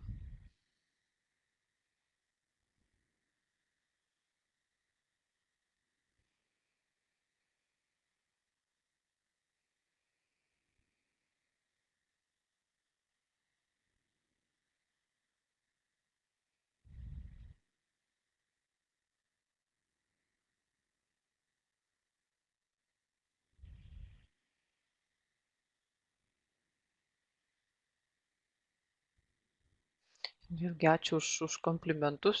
Labai jaudinausi, kaip tikrai jau prieš akivaizdžius seminarus taip nesijaudinu kaip prieš šitą. Ir kalba strigo, ir liežuvis strigo. Atsiprašau už tai. Tikrai keista. Keista forma tokia. Bet tikrai manau, kad naudinga dėl to, kad galima labai daug žmonių pasiekti vienu metu.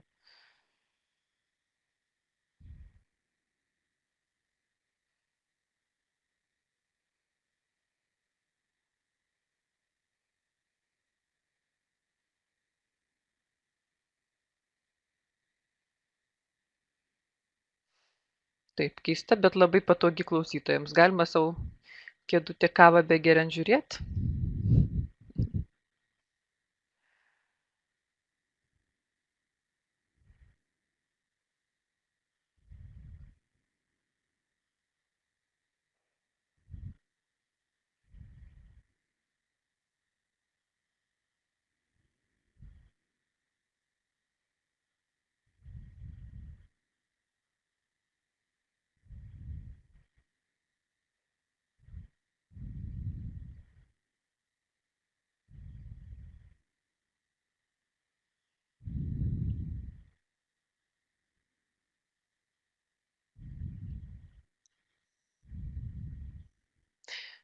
Dėkoju už tą pastabą, kad motyvavo darbui, tai labai džiugu yra. Ir manau, kad tikrai eigoj susitiksim dar ne viename seminare, pakalbėsim apie kaip sekasi. Tiesa, nepasakiau, tikrai labai reikšminga jūsų pagalba būtų tas, na, toks kritiškas melomanų užrašų išbandymas, todėl kad melomanų užrašai iš tikrųjų yra ta priemonė, kuri galėtų būti keičiama pagal praktiką, nes vis tik tokios priemonės turėtų būti išbandytos prieš leidybą, o čia neturėjom tokios progos, tai iš tikrųjų jūsų visos pastabos, komentarai mums būtų labai vertingi ir labai lauksime atsiliepimų, būtent svarbiausia apie tus melomanų užrašus. Ir žinoma, mokytojo knygai komentarų taip pat. Gal kažkokios informacijos trūksta ar per daug, ko reikia, ko atsisakyti, ko nereikia. Jūs čia padarytumėt mums neįkainuojamą paslaugą tiesiog.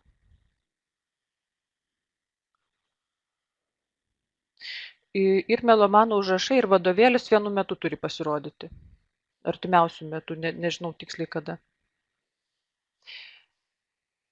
Atsiliepimus siūsti reikia į šviesos, ten bus nuoroda, jūs kai rasite tas priemonių katalogą, matysite ir nuorodas, kur siūsti atsiliepimus.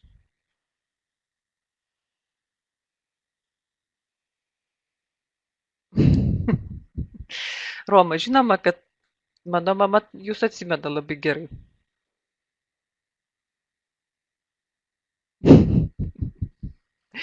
Taip, mano mama visada labai džiaugiasi, kai aš sutinku jos buvusius studentus.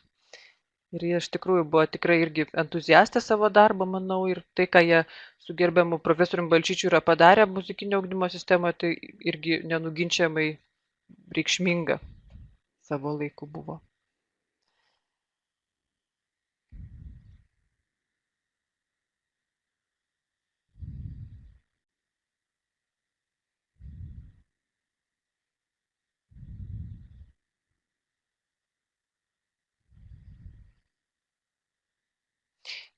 Taip, aš manau, kad knygos ieškoti knygynuose priemonių. Galima išsakyti internetu, kai pasirodys jau visos tos internetinės knygų priekybos, jos skelbia priemonės, galima užsisakyti. Žinoma, kai kurios mokyklos užsisakė jau iš anksto, net nemačiusios komplektus ir jos gaus į namus, kaip sakant, kai tik priemonės pasirodys.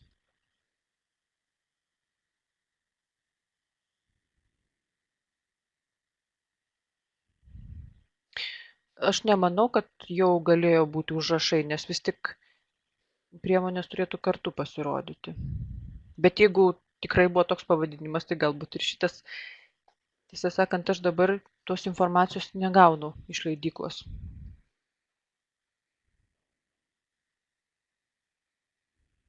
Dėl muzikos mokyklų aš negaliu pasakyti, nes šitas vadovėlis skirtas bendro ugdymo mokykloms.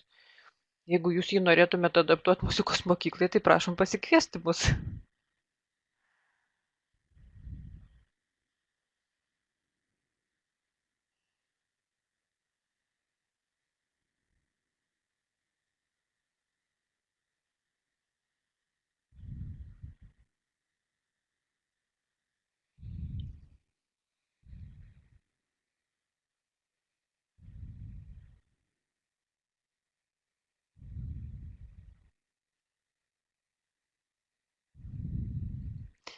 Tai dar laukiame klausimų ar komentarų.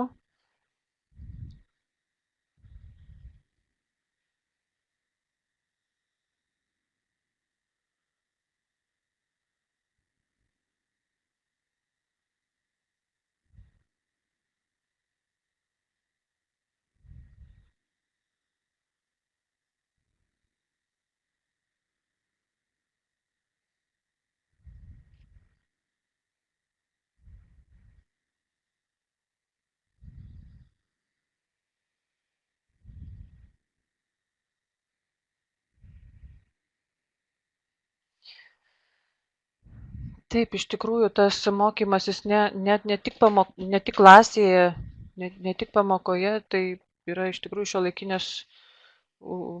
šiuolaikinio ugdymo požiūris ir būtinai reikia išeiti iš mokyklos, būtinai mokytis gyvose erdvėse, muziejuose, koncertuose.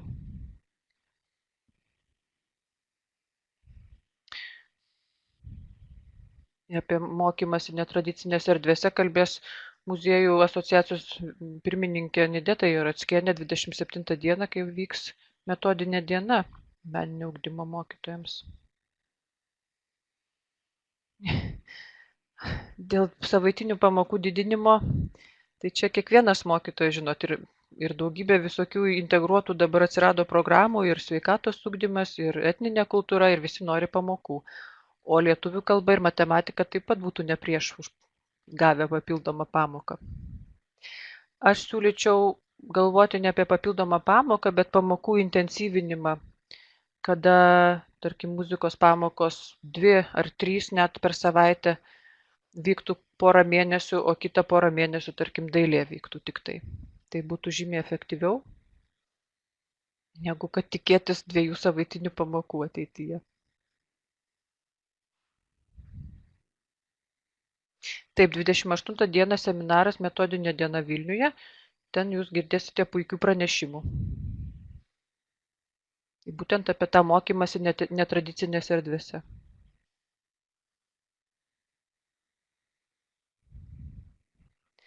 28. Aš jeigu pasakiau 27, tai atsiprašau.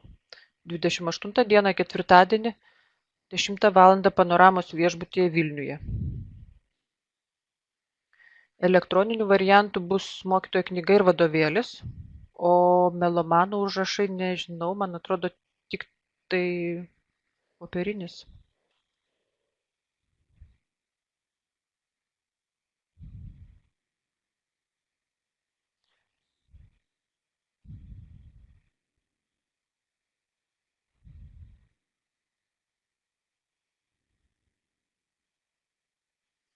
Taip, integruotos pamokos taip pat yra išeitis ir ypač šiuo atveju mes siejame su istorija, su geografija, kur tikrai galima rasti daug jungčių. Su lietuvių kalba literatūra, todėl kad minime daug literatūrinių kūrinių. Tikrai galima rasti sąsajų.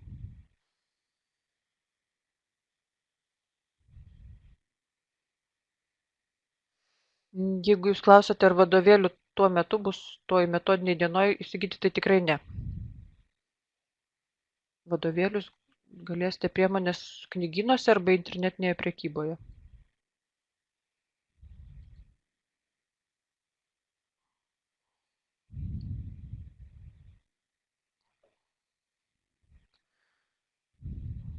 Dėl kryptingo meninio ugdymo čia klausimo nesupratau, bet aišku, kad ir mano sesuo dirba tokioj mokykloj, kur buvo kryptingas meninis ugdymas, vienoje iš pirmųjų mokyklų ir kurio dabar jau ten nebeliko. Tai čia, žinote, yra savivaldybių klausimas ir savivaldybės veikėjų prioritetų klausimas.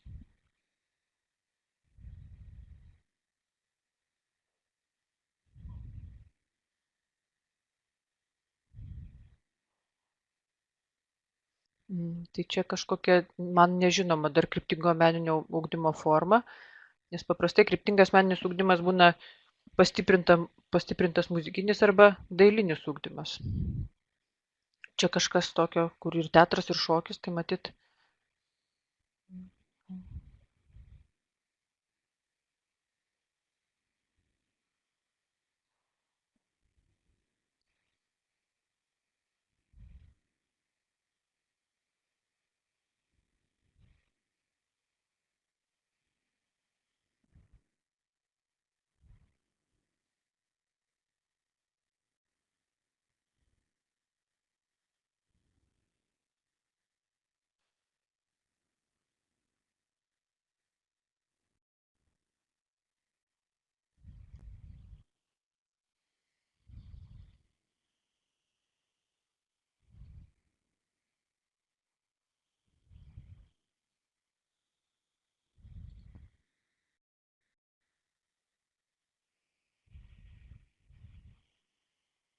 Tiesa, dar, kadangi dar laukiam klausimų ir pastebėjimų, tai ir nepakomentavau interaktyvios laiko juostos. Tai irgi labai įdomus naujas šaltinis.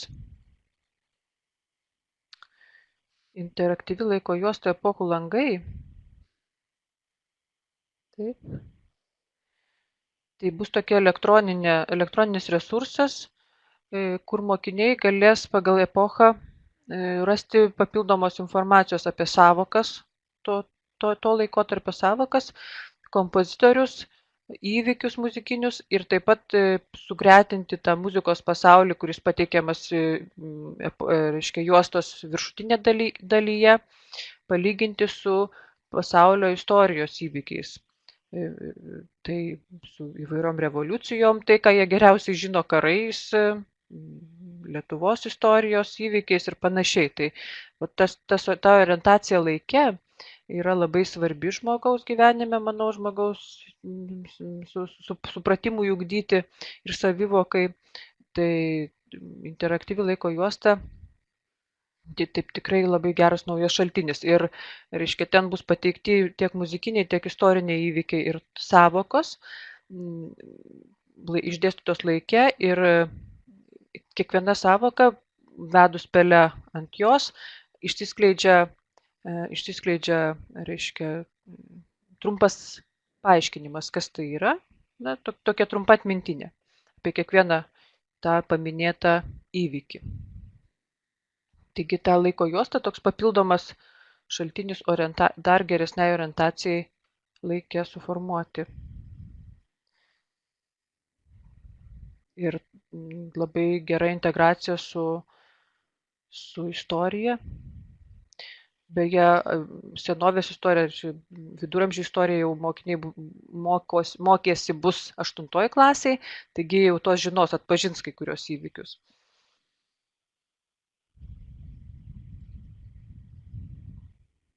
Mhm. 17 litų.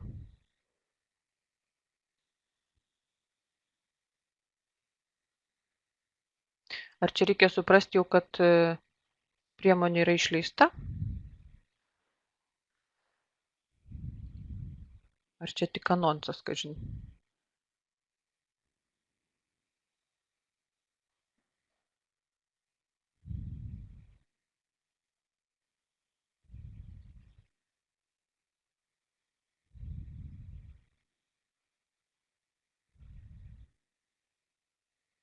Tai gal jau ir išleista.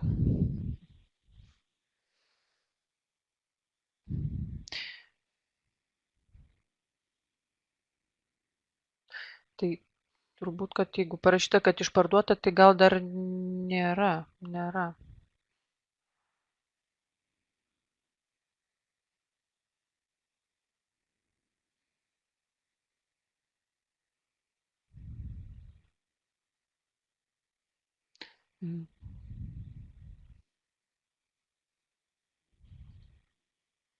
Nes aš dar vis tiek, aš jau būčiau gavus informaciją, kad yra išspausdintos priemonės išleistos, tai kol kas gavau informaciją, kad yra tik signaliniai tie, reiškia, spaudos egzemplioriai.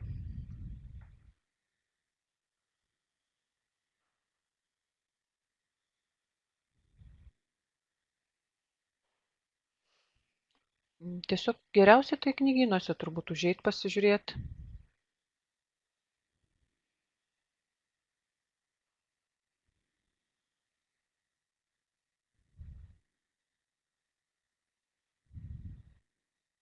Iš tikrųjų, man pačiai labai įdomu paimti rankas tas priemonės, nes vis tiek kompiuterio ekrane vaizdas yra vienoks, o kai yra spausdintas daiktas, tai visai kitas dalykas.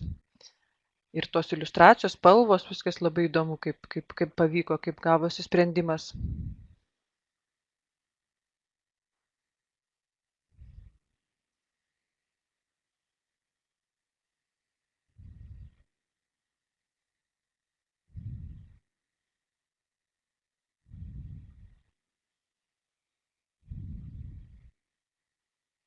Taip reiktų atkreipdėmėsi, buvo labai įdomu, kad melomano užrašų tekstas yra ne juodos raidės baltame fone, bet toks švelniai rusvas. Įdomu, kaip natūroje tai atrodys. Bet vėlgi noriu atkreipti dėmesį, tarkim, va štai užduotis yra, va čia reikia rašyti mokiniams. Irgi kaip atrodys natūroje, kiek čia iš tikrųjų yra vietos tam užsirašymui. Ar ne, tai labai, vat, na, tokius niuansus labai reikės mums grįžtamojo ryšio iš jūsų, kaip sekėsi vat, šitie dalykai.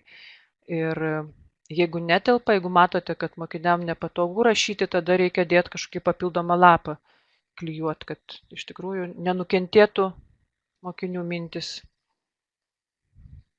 ir užduoties rezultatai, kad nenukentėtų. Laiko juosta bus elektroninėje erdvėje. Tai tik elektroninis resursas ir iš e-šviesos jūs ten, kai prisiregistruosite, jūs tik tai ten galėsite ją matyti. Kol kas jinai taip pat yra jau finaliniai maketo stadijoje dabar. Aš manau, kad visos priemonės vienu metu pasirodys ir bus iš karto pristatytos, iš karto pasiekiamos visos. Kodai nuorodos mokytojo knygoje, manau, bus ir visus resursus taip pat. Ir iš mokinio knygos, ir iš mokytojo knygos.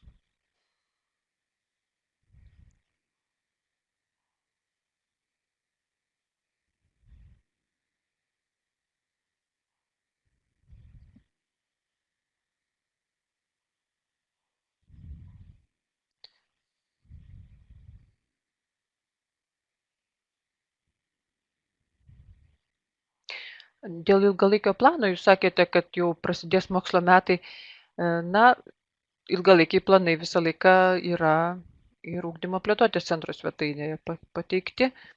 Šita forma ilgalaikio plano yra tokia gana keista ir nebūtinai jinai bus jums labai patogi. Čia tas ilgalaikis planas turi būti patogus vis tiek mokytojui pirmiausiai. Ir čia tas pateikimas jis vienoks kitoks, o jūs turite rasti savo patogiausią ir naudingiausią, kad tas planas veiktų, o ne tik būtų stalčiuje, kaip dažnai sakome, planas.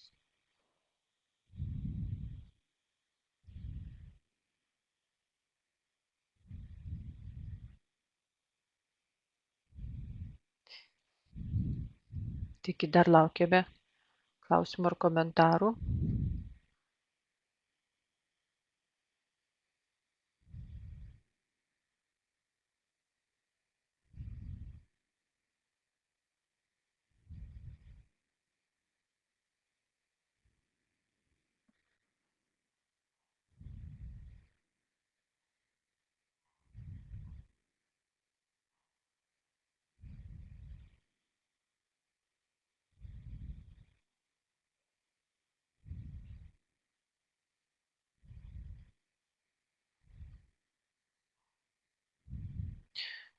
Profesorius Matonis lik sakydavo, kad ėjimas į parduotuvę šiais laikais tai yra prilyginamas ėjimui į muziejų.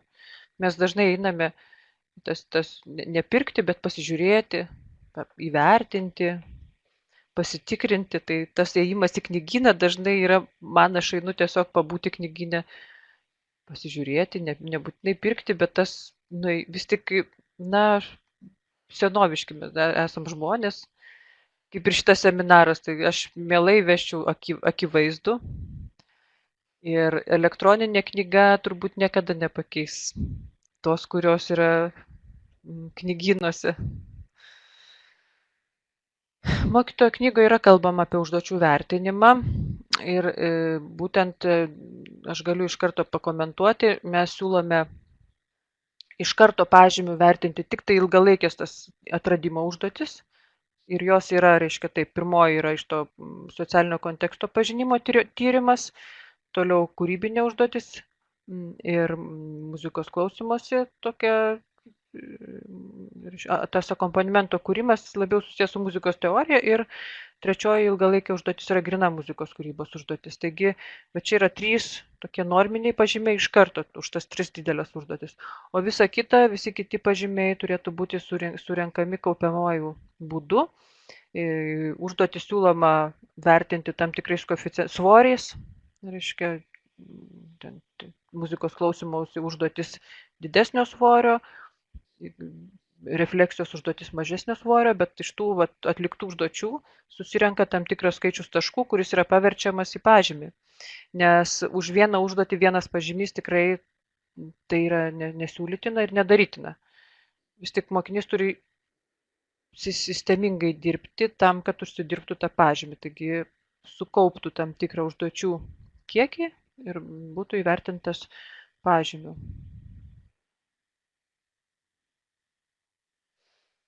Muziejai taip. Šiuolaikiniai muziejai irgi labai faini yra. Aš esu buvus.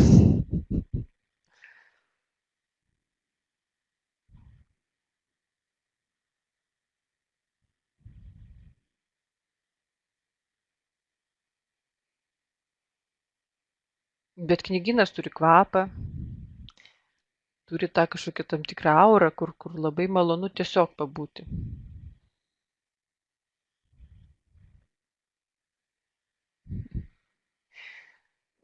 Būtinai į muziejų.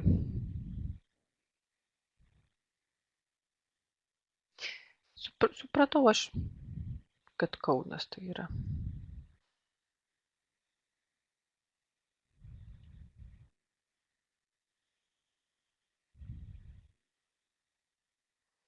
Na, tai yra į Sauliaus Kondroto klausimą aš noriu atsakyti taip, kad vis tik ugdymo planuose yra parašyta, kad mokyklos taryba nusprendžia, kokį vertinimo būdą taikyti.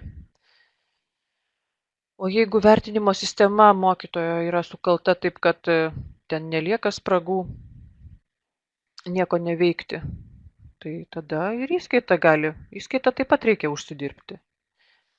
Bet mano požiūriu, tai jeigu yra tokia pagarba mūsų visuomeniai, pagarba pažymiui ir pažymys yra vertinamas labai, tai tada kodėl išskirti tą meninį ugdymą, jis taip pat turi būti vertinamas lygiai kaip ir kiti dalykai.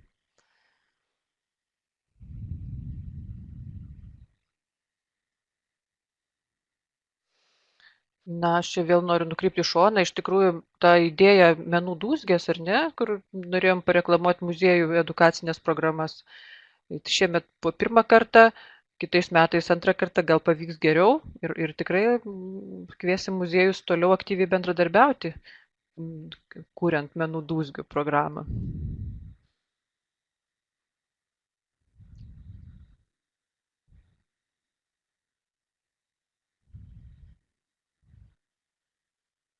Taip, bet svarbiausia, kad mokinys žinotų, kas yra pažymys, už ką jis yra gaunamas.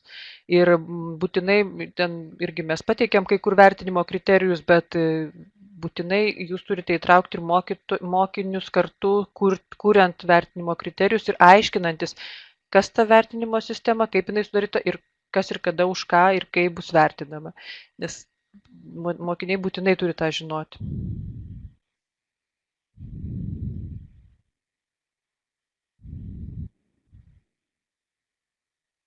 Tiesiog mokiniai ir mes šiame komplekte stengiamės taip daryti, kad mokiniai kuo labiau būtų įtraukti į mokymąsi ir mokymo planavimą, kad persimtų tą atsakomybę, kad patys darytų.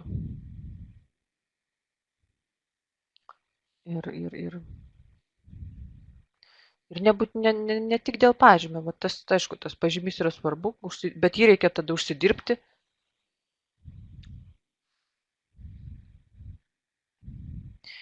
Labai svarbu įtraukti mokinius į vieni kitų vertinimą ir vertinimą pagal kriterijus, ne bet kokį, bet pagal kriterijus aišku, argumentuotą vertinimą. Na, žinoma, apie vertinimą galima atskirą seminarą daryti ir iš viso ta filosofija, kad vertinimas tai yra pagalba mokytis, o ne nuosprendis, tai reikia nešti ir nešti. Būtinai vertinimas yra ne nuosprendis, ne konstanta kažkokia, o būdas suprasti, ką aš jau moku, o ko dar nelabai ir ką man reikia geriau pasimokyti.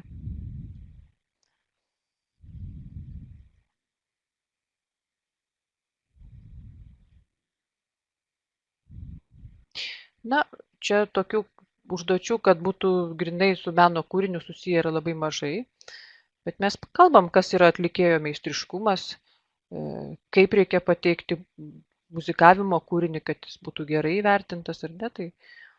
Tai jeigu mokinys neintonuoja, nesilaiko ritmo, tempo nuorodų, tai ar mes galime jam rašyti gerą pažymį? Ir čia kaip. Tai reiškia, esmė yra kriterijai, kaip mes susitarėm, ką mes vertiname. Būtent valda ne kūrinį, o atliktą užduotį. Užduotis yra suformuluota. Diskusijose gimsta tiesa, reiškia, mokiniai turi pasakyti savo nuomonę, o mokytojas savo nuomonę.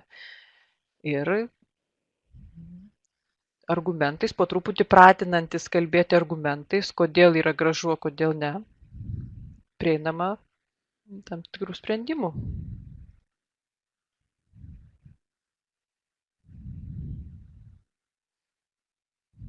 Aš savo praktikoje esu daug mačius tokių mokytojų, kurie nuolaidžiauja mokiniams, mokiniai daro tik tai, kas jiems gražu.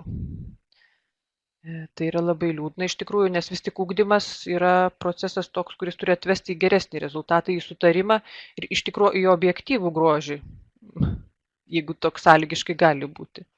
Bet bent jau kalbėti apie tikslumą, apie atlikimo meistriškumą būtinai reikia su mokiniais, nes ne viską, ką jie daro, yra nuostabu ir gražu. Ir tą po truputį reikia suprasti abiems pusėms.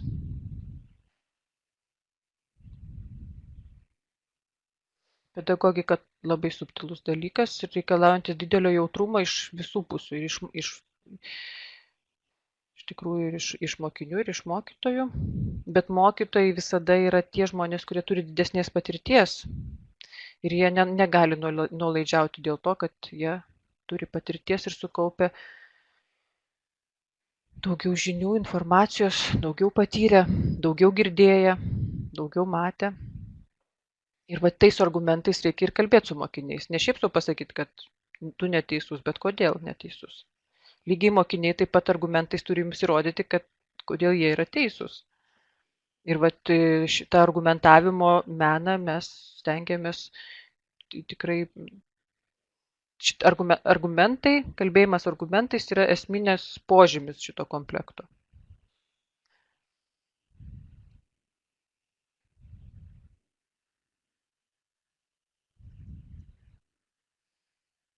Beje, jūs turbūt girdėjote, kad ir istorija pereina prie to argumentuotos pastraipos, kad kuo daugiau mokiniai savo samprotavimų reikštų. Ir geografijoje, taip pat ir, aišku, lietuvių kalboje samprotaujamasis rašinys tai yra egzamino būdas, iš tikrųjų.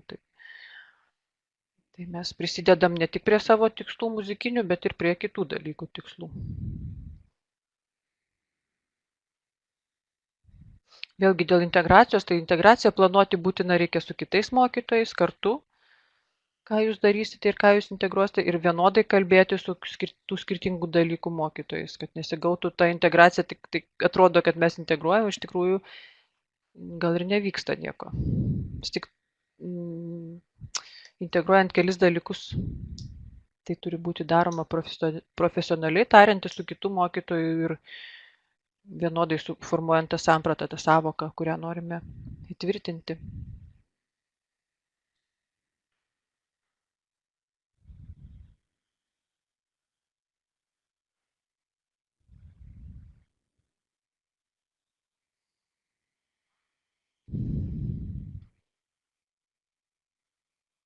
Taigi,